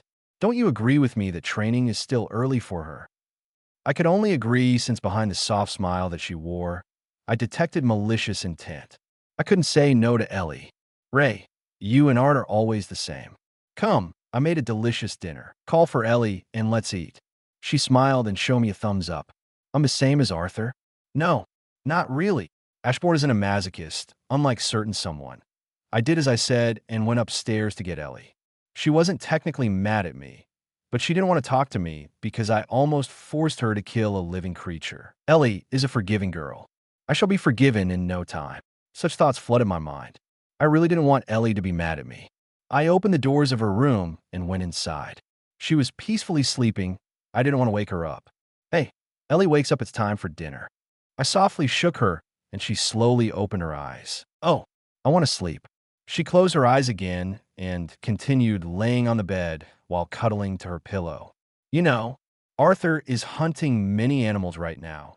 Not just one, but a bunch of them. Didn't you say you want to be as strong as us? You can't be hungry if you want to reach our level.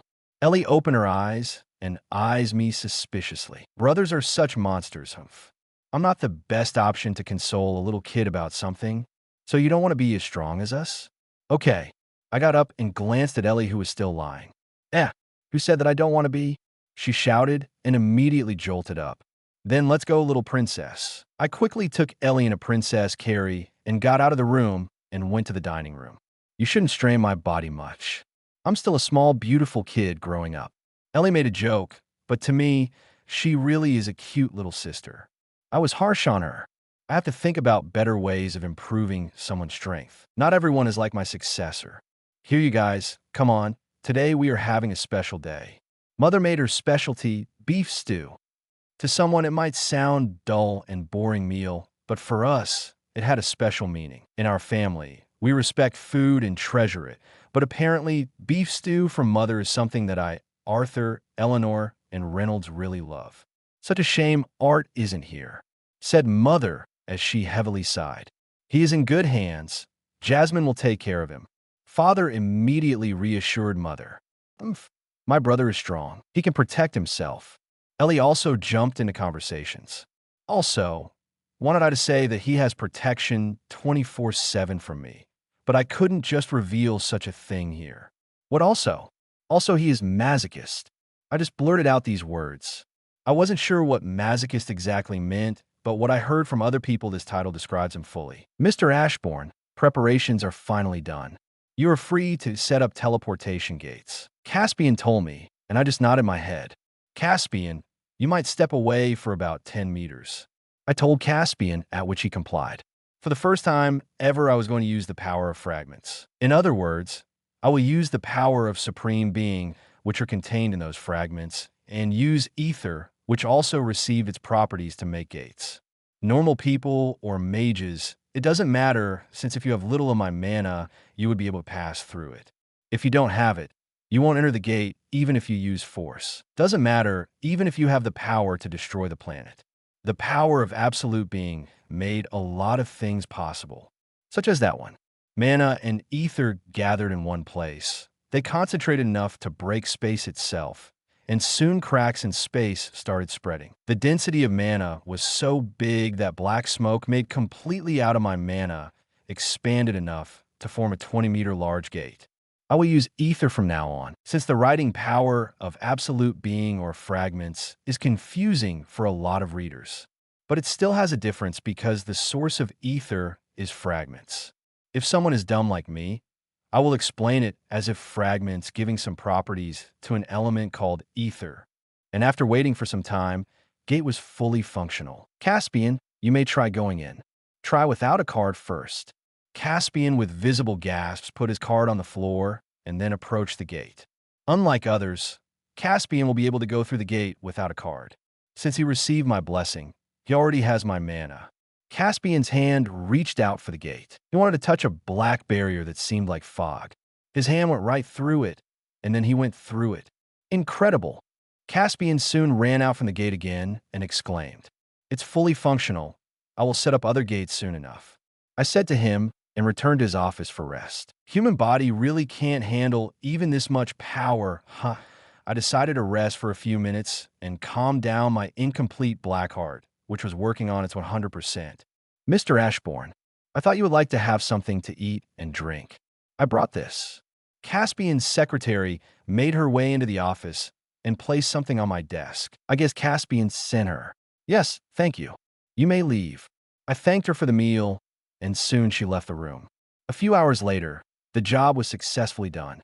Teleportation gates were all set up, and all of them were connected here to the Xyrus branch. 2 new teleportation gates were located in the building of Xyrus Adventurers Guild. It was time to once again meet with the king. Or just Blaine as I call him, Mr. Leywin. Haven't met you for a while. This time he was comfortable around me. Not like I cared about it before, but it feels nice when somebody talks to you without fear. Again, servants and family is an exception. Not much. Caspian already informed me about most of the things. Now I want to share some information about the alliance of 3 races. He said, and we just decided to continue this talk in Caspian's office. As I said, alliance will be made soon, and constructing guilds in Elenwar and Darv made our job easier. Now also evidence of another continent, soon all 3 races will be united. Stated Blaine as if being proud of his work. Then don't forget to make guild participate in political events.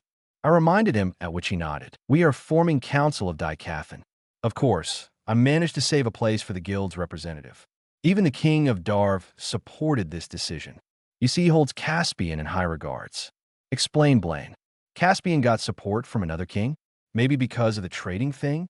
This is good. Now you might want to see new teleportation gates. Follow me, I will show you how it works. After today's work, I want to take a little walk, and I will also have company at that.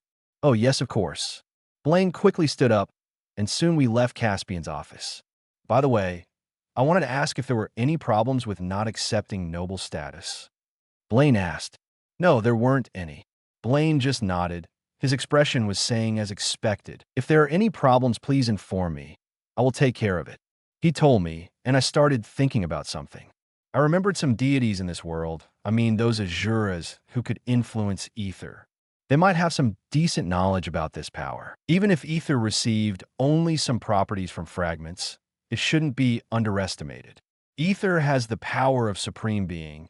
It's okay to be cautious around Asuras. So I will indeed ask something from Blaine in the future battle, is coming a big one at that. Chapter 28. Chapter 28, Season 3, 3rd POV. In the big room, a large round table could be seen. 7 people were sitting around this round table discussing important matters. King and Queen of the Kingdom of Sapin, Blaine Gladen, and Priscilla Glader. Leaders of the human country. King and Queen of the Kingdom of Elenwar, Alduin Irilith, and Muriel Aerolith. Leaders of the Elven country. And finally, King and Queen of the Kingdom of Darv, Dossid Greysunders and Glotera Greysunders. Leaders of Dwarven country. Representatives of 3 races were gathered together to discuss the future of this continent Daikathan. But today was a little special day. It was time when the Council of Daikathan would be finally formed. Unlike future days when only representatives of some political sides will attend, this time few other people could attend also, such as Virion Aerolith, the most experienced politician from people gathered here and former king of Elenwar. He was allowed to also attend this meeting. But this wasn't the end. Another person should come to the meeting today. The name of that person was Caspian Bladeheart, representative of Adventurers Guild and last member of Council of Daikathan. We are waiting 20 minutes already, grumbled Male Dwarf. Even though he did hold Caspian in high regard for trading deals, he was still king and didn't like waiting. Mr. Caspian shall arrive in no time, answered Blaine Glader. He didn't want to make a bad image of Caspian. We are discussing the future of this continent, and he is being late, laughed Virion Aerolith, for it was funny, but for others didn't seem to have the same ideas. Just a few seconds later, a small breach was made in space. People in the room went on guard, especially Virion, who started channeling mana in his body and was ready to enter his beast-wolf phase. I apologize for my late appearance. After the breach was finally formed, the voice of man rang out in the ears of people. Oh, Caspian, you are finally here, Blaine. who didn't expect such a rival of Caspian, was surprised. "Once again, I apologize." Caspian right now was confident enough in himself not to kneel before royals. Ashborn himself told him to show people superiority, even to kings. "I guess it took time to form teleportation gates," Blaine said, and Caspian just nodded. This entrance was planned earlier by Ashborn, just to show the council that they aren't on some weak political side. Teleportation gates are thought of as artifacts, but now it was formed by some human. Intriguing and frightening at the same time, especially for those who saw that in person. "Please, take a seat and we will start discussions." Blaine motioned Caspian to sit in a vacant chair. Caspian took a seat, and so the discussion finally began. "First of all, I must congratulate all of you. We're the first ones to witness such an amazing act. Finally, 3 races are uniting," exclaimed Blaine. "Since we don't want to waste our time in meetings, let's discuss important matters first. Then we might even celebrate if nobody is against it," said Blaine, and everyone agreed with him. As we agreed, an announcement to the public will be held a few months after forming the council. Now I want all of us to think about how we will integrate our different communities into one. Everyone already anticipated such questions. It was the first thought they had after hearing about the alliance. There might be part of people who wouldn't like uniting all 3 races. Serious discrimination couldn't be avoided at this rate. "I have a proposal." Caspian raised his hand, gaining the attention of everyone. "We are listening." Right now, the biggest problem is to get acceptance of all noble houses in 3 kingdoms. I'm sorry to say this, but noble families will be the main reason why discrimination problems might emerge in future. So I propose to integrate the future generation. The younger generation might not take the steps of older ones. So attending one educational facility might make integration a little easier. What Caspian just said was only lessening problems for the future. Since they never hoped to completely avoid discrimination, this idea was one of the best for them. "Yes, that can lessen our burden a little. But that's only one side of the coin." Virion voiced his opinion. He was happy. He was already accepting this proposal in his mind. But making a new generation of youngsters attend one academy doesn't mean that discrimination acts won't happen there. Not sure about this, but I think educational facilities should provide protection to its students, so making strongest young mages of 3 races to protect students might have a greater effect. Caspian's mind was working so fast that it puzzled the whole council. One man fixed one of their biggest problems in a few minutes. "That's an option. We can integrate our societies slowly if nobody agrees to the dash." Before Caspian could continue, he got interrupted. "No, we were thinking of bigger measures to fix the situation, but your idea is the easiest and best way to fix the discrimination problem." Alduin, who was now against discrimination between 3 races, praised Caspian.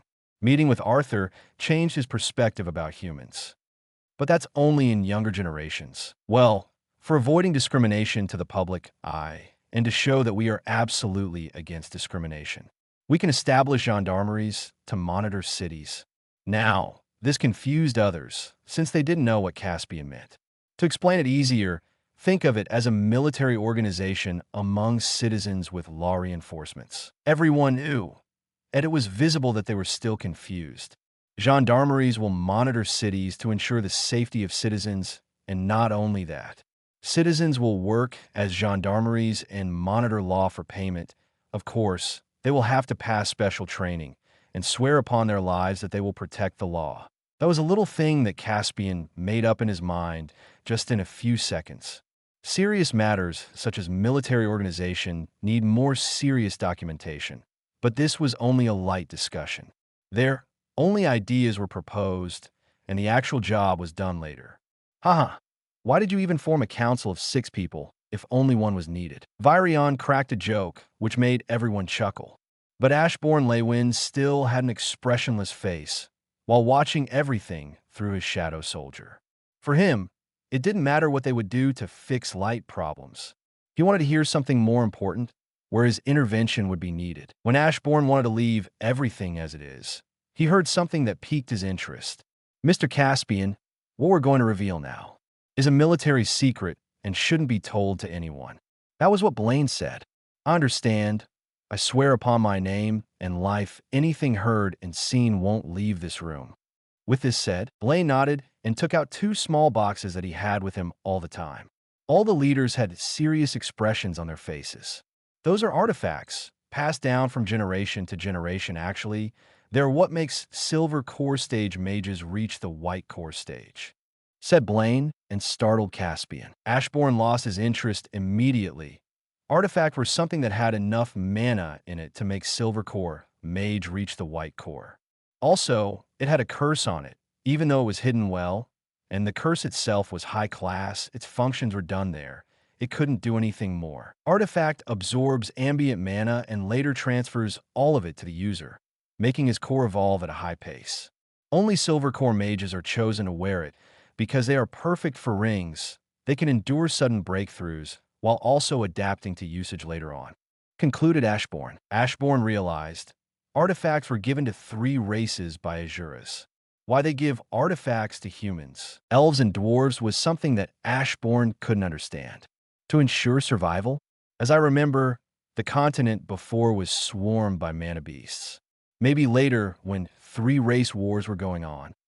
The more Ashborn thought about this, the more this played on his nerves. Also, in addition to that, they even added a curse on artifact, making its users serve their leaders. Weren't those Azuras genocidal maniacs? Wondered Ashborn. By that time, the council finished discussing artifacts. Council decided to give artifact to the best mages of the continent. The 3-race tournament was just a facade for that. While mages were battling, country leaders were picking the strongest ones from them for artifacts. Such a shame Mr. Ashborn didn't participate, muttered Blaine. He didn't want to somehow take Ashborn under his control, but his sweet dreams were immediately destroyed when Ashborn showed how he could create teleportation gates. When Virion heard the name, Ashborn, he tensed up. He leaned towards Blaine a little. Mr. Ashborn had important matters to attend. Either way, for others, it would be total humiliation. This way the tournament would be entertaining at all. Caspian also concluded why the tournament was organized, but he also knew that artifact won't be able to affect Ashborn anyway. So he wouldn't be against Ashborn participating. He also wanted to entertain himself. By the way, Caspian, on what stage is Mr. Ashborn? Suddenly Blaine asked Caspian. I'm already a high silver stage core mage, and I'm still not able to sense his core. So it's for you to think about it. This sentence has 2 meanings, but of course, everybody would think that Ashborn has a white core. Without the help of artifact, Dwarf King shouted from shock. Yes, I'm sure Mr. Ashborn achieved everything without artifacts. I also think the same way. Blaine supported Caspian. In his eyes, Ashborn was still from a not-so-wealthy family. So he was sure before his first meeting with him, Ashborn achieved his strength by himself. I know. Virion, to everyone's surprise, started laughing. I know it's that brat. I'm 100% sure now. Virion was grinning. Anything funny you can share with us, Elder Virion? Muriel asked his father-in-law. I remembered a certain monster brat. Virion told them, and both Alduin and Muriel got surprised at that. They remembered what Virion called Arthur. Wait, you don't mean Arthur Redash? Alduin got interrupted by his father. No, his brother. Virion answered. Alduin and Muriel already knew about Ashborn. They haven't met face to face, but both Virion and Tesha already told them about him. Wait, isn't he? Alduin shut himself because he met with Caspian's gaze. Don't judge a book by its cover. Caspian only said this and got up. Excellent saying. Now, the first council meeting is finished. We should prepare everything. Caspian, can we trust you to prepare the necessary documentation for gendarmerie? While we will support with physical labor if needed, of course. Blaine asked Caspian. Of course, I might have to free up my schedule a little, but it won't pose much of a problem. Caspian reassured Blaine, and with this said teleportation gate opened again, and Caspian went through it. Ashborn's POV. How was the meeting? I asked Caspian. Even though you already knew, everything is going well. They seem to trust me more than I anticipated, especially after my entrance. Caspian chuckled in the end. With this, we stood our ground. In their eyes, now you have someone strong by your side. That's what we want to know. I asked and he nodded. What do you think about artifacts? Great weapon. To be honest, I have never thought that this was how mages achieved white core stage. Said Caspian. Artifact just automatically injects mana in user, forcibly making them break through stages. Even if the results are great, the future potential of the mage is fully stopped. Of course, just by himself, user of Artifact won't be able to get stronger. But with the help of Ashborn, she might have great strength in the future. If they will become his shadow servants, their overall strength will skyrocket. Also Caspian, next time I won't be here. So also notify Council to stop some activities in Beast Glades if they have anything planned. You might even ask for Beast Glades now. I said and got up from my seat. Oh, Mr. Ashborn is planning something? Caspian asked eagerly. I'm starting to increase the count of my army. Chapter 29. Chapter 29. So you. Ashborn started pointing at 3 shadow soldiers in front of him. Baru, Silrit, and Udo were the strongest soldiers in Ashborn's army, currently. Baru, you're taking ants under your command. You have my permission to command them all however you want. Ash told Baru, who kneeled and lowered his head. I will never forget your kindness. I will work harder and dedicate whole myself for you, my liege. I shall not disappoint you. Baru lowered his head so much that it was already underground. Rise up. Baru immediately got up straight and looked ahead. Ashborn just walked up to him and patted Ant's shoulder. My liege just patted my shoulder. Baru was on the verge of crying from happiness, but he couldn't display such feelings in front of his liege. Ashborn could anyway feel what his soldiers felt. Who? I mean Udo and Silrit. Split the rest of the soldiers and take them under your command. With this said, Ashborn split groups of soldiers who are ready to finally dive into a dungeon. Udo, Silrit, you both will be leading soldiers into deeper dungeons where adventurers don't even dare to dive. Ashborn said, and 2 nodded. There is only one mission bestowed upon you. Kill everything on your way, shouted Ashborn, and the morale of soldiers was raised up. And now for you, Baru, you will be helping me with important things. Ashborn's POV. My liege, what materials should we use for the interior? Baru approached me. Yes, I tasked Baru and ants to build a castle for me. A place where their liege can rest. And participation in its construction is the greatest honor they can receive. At the same time, that was my way to keep Baru away from the dungeon. Since Baru will destroy anything, even the dungeon itself, it will be best to keep him away from there. Use the wood, I guess. I wasn't knowledgeable when it comes to constructing grand buildings. It shall be done, my liege. Baru immediately flew towards nearby woods. I could already see how the fundament of castle was formed. The fundament itself was already enormous. It surely will be noticeable in Beast Glades. I hope adventurers won't take this as some dungeon break. Certainly, if adventurers would try fighting Baru's forces, I'm sure Baru would just kill them. My king, we fully finished clearing the first dungeon. Silrit telepathically informed me. I just sighed. They found the dungeon and cleared it in under 5 hours. At this progress, my army in few days might reach already count of 10,000. I dived into my shadow and emerged behind Silrit. What I saw impressed me. Corpses weren't just lying around who knows where. All beast corpses were divided into groups, and certain groups had a certain amount of magical energy emitting from them. The exact reason why Silrit did this was unknown to me. Maybe he did this to show me that some of them might be useless? No. Every soldier in my army is a comrade to others, and all of them do their duties as needed. Anyway, arise. I called upon souls of the dead monsters. They without resistance emerged in forms of shadows and merged with mine. Good job. You may commence your dive into the next dungeon, while I should get back and keep an eye on Baru. Just when I wanted to return, I sensed a big amount of mana in the same place where Arthur was. I quickly used my soldier's vision to see where exactly was Arthur. My liege, your brother is in danger. Baru also seemed to felt it, since all soldiers are connected to each other. Don't lift a finger yet. I watched how one person who Arthur teamed up was dead. Only skeleton and some flesh remained from him.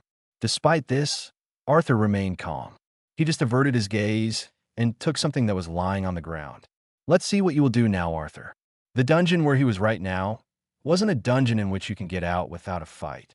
Either way, you have to kill the dungeon boss or die. The worms they were fighting right now are just small fries. Real dungeon boss was still well hidden. Also, the small girl that was in a group with Arthur, why even letting her be adventurer? She clearly hates blood. This was what I thought about girl. Jasmine also looked calm like Arthur. Another worm attacked the group. Arthur and Jasmine defended, but this couldn't be said for others. If Arthur didn't save the blonde-haired boy, he would already be dead. The same could be said about a little girl who got saved by a teammate, not without cost though man who saved girl lost arm. Adventurers? What circus is this? Does Caspian set low requirements? If every other dive in a dungeon made by AA-class adventurers are on this level, even if the boss is S-class, then I have bad news for Caspian. My liege, shall I enter? Baru asked me. No, just continue what you were doing. If something happens, I will intervene. I told, at which he complied and continued his job. Arthur's group decided to continue their dive, because apparently this is the last dungeon dive for someone, and he thinks he will manage. I highly doubted that this dungeon dive would be successful. They entered some kind of cave with a lot of green. A lot of trees, grass, and flowers were there, making the group think that it was probably a safe one. Exactly like I predicted, some of them wanted to take a rest there. Clara, is that really you? Someone in Arthur's group shouted towards the mist.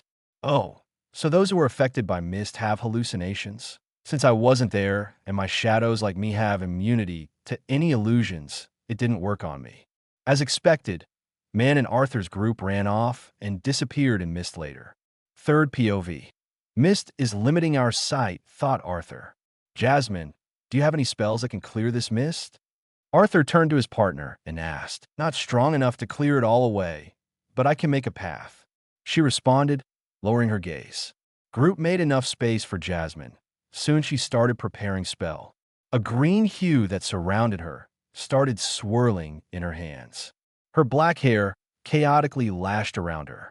Clear my enemies from my path with an ever-raging howl. Jasmine finished chanting her spell. Storm's Gale, her two hands with greenish hue swirling previously clapped, and a tornado was released from them. Group's path was finally clear, but their excitement after seeing Jasmine's spell quickly died down. Their faces paled after they saw some vines extending towards them. Enough of this, shouted Lucas after pushing Jasmine out of his way. Crescent Ember, he shouted. The tip of his staff glowed yellow, and moments later fire expanded from it like a blade. But his fire wasn't enough to stop vines. They only flinched back after receiving some damage and quickly regrew. Shit, what kind of trees aren't afraid of fire? This man named Brawled and charged at Vine while swinging his broadsword. Samantha, Elijah, Lucas, support us. Arthur barked, while augmented himself with mana and charging. Group maintained some kind of formation until Reginald was caught in vines and couldn't escape from it. Arthur managed to save Reginald in time. Lucas then used a fire spell, not strong, but was created to spread quickly. Flammable liquid fired by Lucas didn't bring results, and his face paled after he saw that vines weren't damaged. Meanwhile, Elijah, who was casting his spell, finally finished, and ground under vines crumbled. The deep crater formed, keeping vines away from the approaching group. The mist that was previously surrounding the group started sucking into vines. This cleared a limited view of the group. However, after finally seeing what was beyond this mist, the group paled even more. Colossal mana beast formed with only vines. Ivy read about a monster that looked something like this. Samantha, the second female mage in the group, stuttered.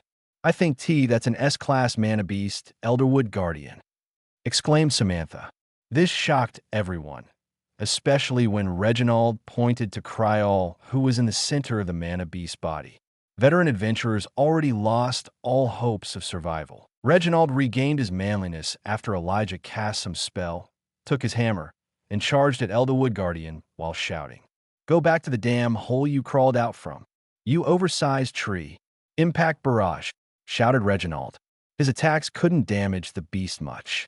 Soon vines wrapped around Reginald and started twisting his bones. Samantha launched her spell, and later couldn't even move normally. Arthur quickly made up his mind, and after grabbing Samantha, quickly shouted to Jasmine. Jasmine, go grab Brawled, and let's run. Elijah, Lucas, You have to try and block incoming attacks until we can make it out from here. Arthur enhanced himself with mana, but before he could move, Lucas, who was supposed to aim at the beast, aimed his staff at Arthur's chest. Staff's tip glowed with yellow, but before the spell could be cast fully, the person appeared next to Arthur. A person broke Lucas's staff into half and aimed staff with a crystal at Lucas. Lucas's spell hit his own caster, and Lucas flew in opposite direction from Arthur. Why? Everyone got shocked at the sudden development. Ashborn's POV. Before that lowly humanoid creature could attack my brother, I appeared there and reflected his attack. Why? Arthur, who got shocked at my appearance, almost shouted, but when he saw me, sighed in relief. Arthur, are you a? No, you aren't. Just lay down and rest. I'll take care of everything. I told him, at which he shook his head. Take everyone out from here. I'll kill the beast. Arthur denied me. I said lay down and rest. I said to him more seriously. He immediately sat down. And you there. Don't move. I now said this to a blonde-haired boy who was trying to escape. He immediately froze. Now that big monster right there today, you have the worst opponent you could ever face. I never like to talk too much in battles, but maybe I was just not myself. I was angry, that was clear. I conjured my black sword and charged at the monster. Adventurer's corpse that monster used to form his own body. I quickly slashed it, making a previous humanoid form of the beast change. Now, where is your core? From distance, it was hard to sense the core of this beast since its mana was close to nature. Found it. When I sensed beast core, I again slashed, so that I couldn't really damage the core itself. A big cut appeared on the beast, and this was enough to see the core. Ruler's authority. I pulled green beast core towards me, and all vines dropped on the ground like dead corpses. It's corrupted? Useless. I destroyed beast core after sensing that it had 2 different monas there. For selling, it was useless, while I didn't need such a shadow soldier. Arthur, how are you feeling? I approached the group. Blonde-haired boy, meanwhile, was in the same frozen pose when I commanded him. Mother's healing spell really did save me. Despite being in not the best condition, he was still laughing. So he didn't need healing, unlike others. Then you don't need healing. I moved away from him. I could hear how imaginary lighting hit Arthur's heart. Now about you.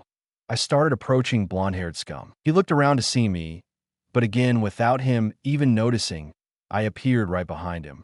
This startled him, but he was too prideful to back down like this. He swung staff, aiming at my head. Just how stupid is this human? I thought, and cut off his arm. He swung at me. AGHHH. He clutched on his knees and started screaming. Blood was coming out like a fountain. Are you going to kill me? My family will hunt you down. My brother's the strongest mage on Dicathan. He shouted at me. His facial expression was ugly. Tears were falling down from his eyes. You attacked my brother, trying to use him as bait. He would have died. Now I shall repay your brother with the same. With the same emotionless voice, I said to him, wait. Don't, please. I think I have a better way. You nobles are power-hungry ones, definitely. You want strength to humiliate you. I will kill you by your own strength. I kicked him, turning him over and showing his belly to me. I held my palm on his belly, right above his mana core. With this, I started transferring my own mana into his core. A large amount of it at that. His mana core started evolving / breaking through stages at rapid pace. No, stop it. The blonde-haired boy probably felt the most unbearable pain in his whole life. His flesh started burning. His body started expanding like a balloon. After the last scream escaped his mouth, he exploded literally. Where's his head? I looked around and soon found his head still in somewhat normal condition. I wanted to give it as a present to his family. They at least need something to bury.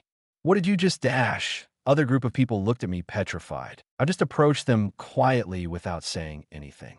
Jasmine, are you feeling all right? Aside from exhaustion, Jasmine looked completely fine. Yes, she nodded. I then walked towards a girl, who Arthur carried. I placed my hand about her. I started healing her. Soon all wounds on girl disappeared as if they weren't there before. Now you. It wasn't pleasant people who I didn't know, but I'm changing my principles. I approached a black-haired boy, and just when I placed my hand on his forehead, I caught him by the neck and stood above him. I removed my hand and placed my leg on his neck. Who are you? Chapter 30. Chapter 30. Who are you? Ashborn, who was pressing his leg on Elijah's neck, asked. Elijah couldn't speak. He just stared at the person who was holding him. He was terrified. Ashborn's eyes, even if not having emotions in them, gave off the feeling of death. I will ask again. Who are you? Ashborn repeated his question again, but it felt like he wasn't asking Elijah. Ashborn wasn't looking at the young dwarf's face, but his chest, at the location of heart to be exact. Elijah Knight. Only his name escaped from Elijah's mouth. He couldn't continue speaking with his throat being pressed down. Ashborn flickered his eyes from Elijah's chest to his face. Then again he looked at his chest. I see, though. Ashborn conjured his sword again. Arthur, who was silent until now, yelled out when he saw the sword. Ash, he isn't an enemy. Stop. Ashborn still finished conjuring his sword.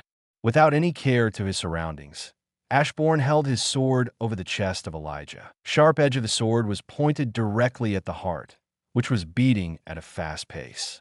Elijah looked even more terrified. He tried to grab the sword and change its direction. Hey, I said he isn't an enemy. What's wrong with you?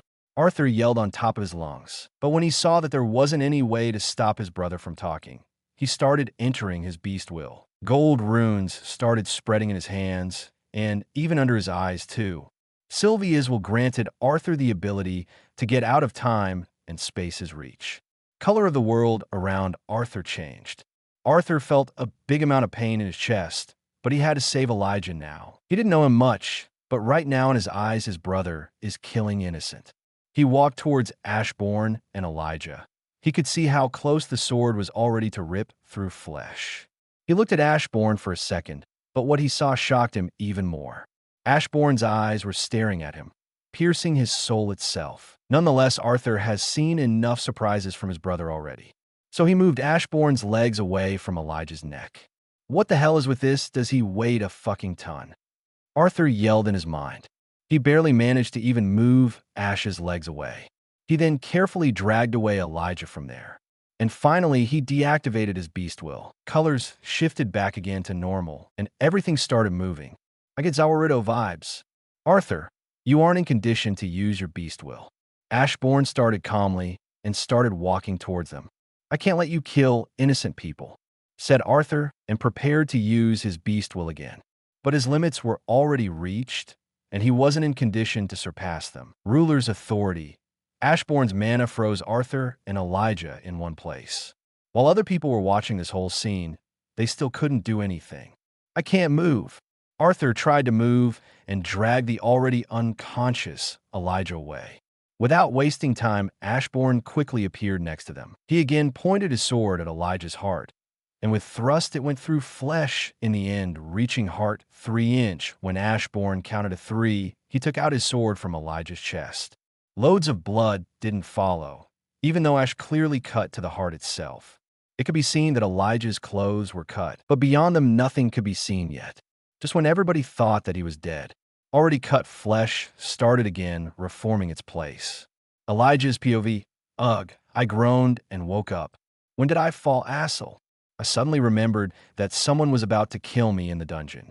Should I be dead? Was this all just a dream? I wondered and looked around.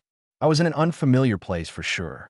I was lying too comfortably. I looked down, and actually I was lying on a bed conjured from the earth.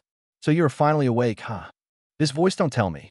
I looked at the person, and my memories again flooded my mind.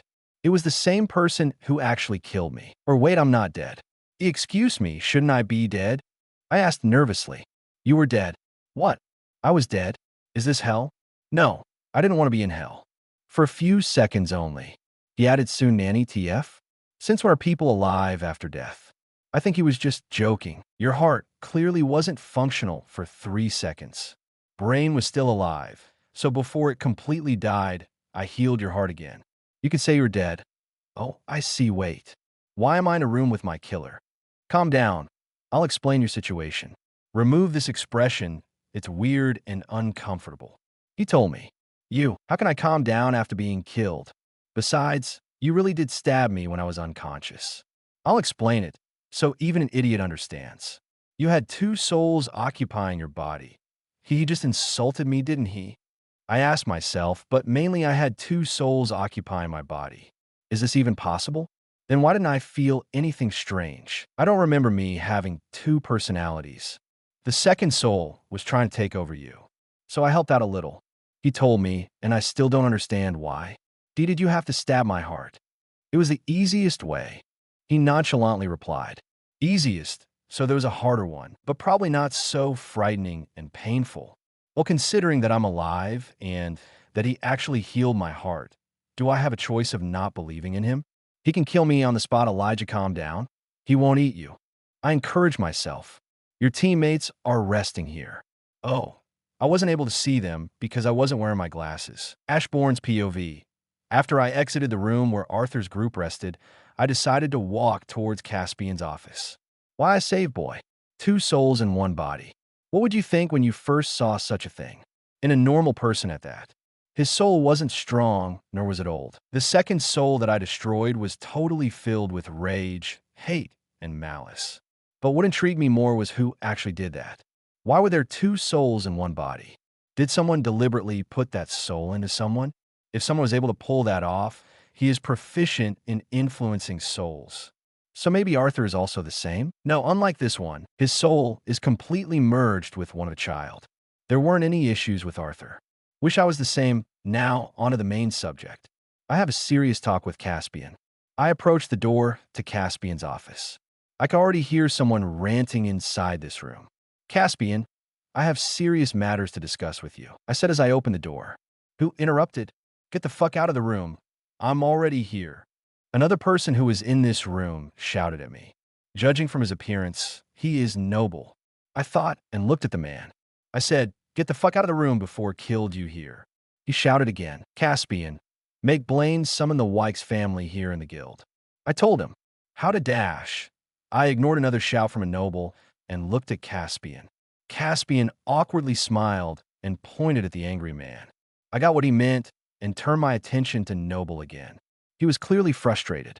So you're Wykes, right? That was only what I could come up with. He was Wykes, right? Hey, you little shitty commoner, I'm repeating it for the third time. Get the fuck out. He started approaching me. It's rude to talk to someone who is giving you a gift like this, I said, and he flinched back. I took out Lucas's head from the shadows and threw it at his legs. He looked down to see what I dropped there, and when he finally saw what it was, his eyes widened from shock. Caspian was actually the same. He was shocked. More because I had the head of Lucas. He already knew that Lucas was dead. Do you all have a death wish?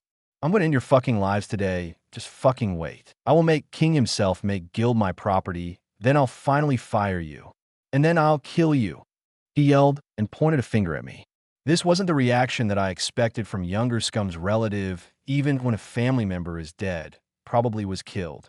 Instead, you still seek profits. This isn't a family act. This is what humanity's greatest scum would do. I admit that this person here is worse than younger scum. The boy had at least a goal of survival in mind, while this is completely different. This is whole another level. Unfortunately, Mr. Wykes, the guild, isn't under the royal family's jurisdiction.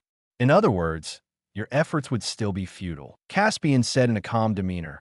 He wasn't fazed at all. Huh, if that ever stopped me. He started laughing. Your family member died today. Aren't you sad? I had to ask this person this question. TCH, he was just son from that BTCH elf. He didn't have shame. He was talking about family like this. Are all Wykes like this? You don't deserve to live even more than Lucas. He turned his back on the family, unacceptable. In the next second, scum of humanity was lying on the floor dead, but this wasn't the end for him. I placed him in my territory of death. His soul will be suffering from constant illusions of being eaten by ants, alive. Was it necessary to kill him? Caspian asked me. I decided it was. I replied, are you also going to kill other Wykes?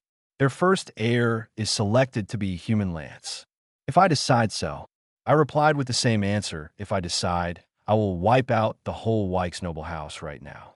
Also, I wanted to ask if you save the Elderwood Guardian Core. It may come handy in the future to increase our friendly relationship with Elenoir.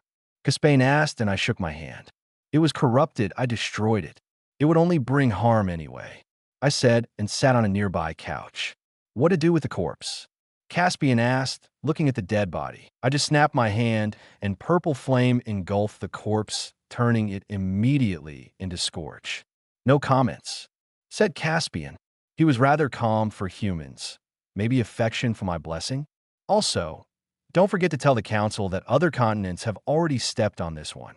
Now, this made Caspian's calm expression disappear. I will do this immediately. Anything else I should also include with that. Beasts in the dungeons will start mutating. It will be better to just block tunnels and nobody enters in it. I may take care of it later, I said, and he nodded. He walked to the exit, and before he left the office, he again turned to me. By the way, is castle in Beast Glades territory you're doing, Mr. Ashborn? Chapter 31. Chapter 31. Ashborn's POV. So you were taking him with us? I asked Arthur. Apparently, Arthur decided to take Elijah to Helstia Manor. Since Elijah didn't have an actual place to stay, we will home him for some time. Think of it as repaying your debt. Arthur, I saved a boy's body from getting corrupted. He owes me his own life. Jasmine, what about you? I turned to a black-haired woman. I'll stay at the manor for a day. Then I'll reunite with Twin Horns. She casually replied. By the way, I wanted to purchase another dimensional ring, but I don't have enough finances. Arthur brought up and looked at me with pleading eyes. If you think that I have money for you, you are dead wrong. All my money was placed in Ellie's bank. There were quite a lot of banks, actually in Sapin. Illegals and legals, few of them being licensed by the royal family itself, and being a doting brother, I couldn't to not prepare the future finances of Ellie. Ah, damn. This ring can't even store much, grumbled Arthur and looked down. So here, take this. I quickly created a storage ring with almost the same functions. It doesn't have a limit of how much it can store or how big it can store. Unlike Arthur's storage ring, which shrinks objects and stores them in small crystals. This doesn't shrink objects, but immediately transfers them to different space. In our case, to my shadow. Wow, wait, you don't have a storage ring on hand. Where did this come from? Of course, Arthur. I created it for my mana. I don't need a storage ring for this. Does it satisfy your tastes? I asked Arthur. The design of the ring was almost the same as the previous, just colors were black. Only the crystal was dark purple. It looks great. Thank you, big bro. He thanked me with a cheeky grin. I guess I have to repay the debt. This is the last time. I replied. If you're trying to look funny, you're also dead wrong. I at least tried. Are they always like this? I heard Elijah asking Jasmine, who just shook her head. By the way, do you think Ellie needs a present? Arthur suddenly asked me. Sorry, Arthur, but you're doing solo from now on. I don't know. I answered and quickened my pace. We were already in Xyrus, so we decided to take a walk instead of taking a carriage. Besides, I can always teleport if I don't want to walk. We were passing by many shops and buildings until we could see Helstia Manor. I can already see Ellie standing in front of it waiting for us. Ellie sure missed you too, I said to Arthur. He just smiled wryly. You guys have a sister? Elijah asked us both. Don't try something funny. Arthur glared at Elijah. I should have killed you. If you touch Ellie, next time I'll aim for the head. I also did the same as Arthur, making Elijah squeak in fear. W, what do you take me for? Elijah shouted at us. He looked embarrassed and scared at the same time. He doesn't realize that I'm not joking, right? I wondered. Brother, Ellie shouted as we approached the manor. She ran down the stairs and soon got closer to us. First, she ran up to me and hugged me with a jump. She glanced at jealous Arthur and stuck out her tongue. I'm so proud of you, Ellie. I thought in my mind. Ellie then released me and approached Arthur, who already spread arms. Ellie did the most painful thing for a man. She got close to Arthur, and with her right leg, she kicked Arthur's beat. Arthur, from pain, widened his eyes and bent 90 front. Ellie hugged Arthur, wrapping her hand around Arthur's neck. Ellie, you surpassed my expectations. I praised her. You think you shouldn't lower your head for what you did? You expect me to jump? Ellie in a queen-like manner asked. ELEWY. Few words escaped Arthur's mouth. Sorry. I was told it was a good way to lower someone's head. Ellie laughed a little and winked at me. Obviously, this didn't escape Arthur's eyes, and he started muttering some curses towards me. Well, look who we have here. Our attention shifted toward a new voice. Father was standing with Mother looking at us with his usual grin. Mother had a relieved smile because Arthur came back in one piece. Not really. D-Dad, help me. What's with that look? Don't tell me Ellie kicked yo dash. Father wanted to also tease Arthur, but Mother widened her eyes and screamed at the girl. Ellie, this is not what I taught you. Ellie's previous lively eyes turned gloomy when she heard Mother, and since I was the one to teach her that move, I'm also in a bad predicament. What are you doing outside? Ash, Art, Jazz, and Elijah Knight, or just call me Elijah. Elijah, answered Father. Well then, Elijah, let's go inside, Father said eagerly, and everyone forgot about the previous situation. We went inside and then had a great dinner. Both Helstias and our family agreed to have Elijah here. They were also quite surprised to hear that Elijah was an A-class adventurer. Anyway, why doesn't Elijah enter Xyrus Academy with Arthur?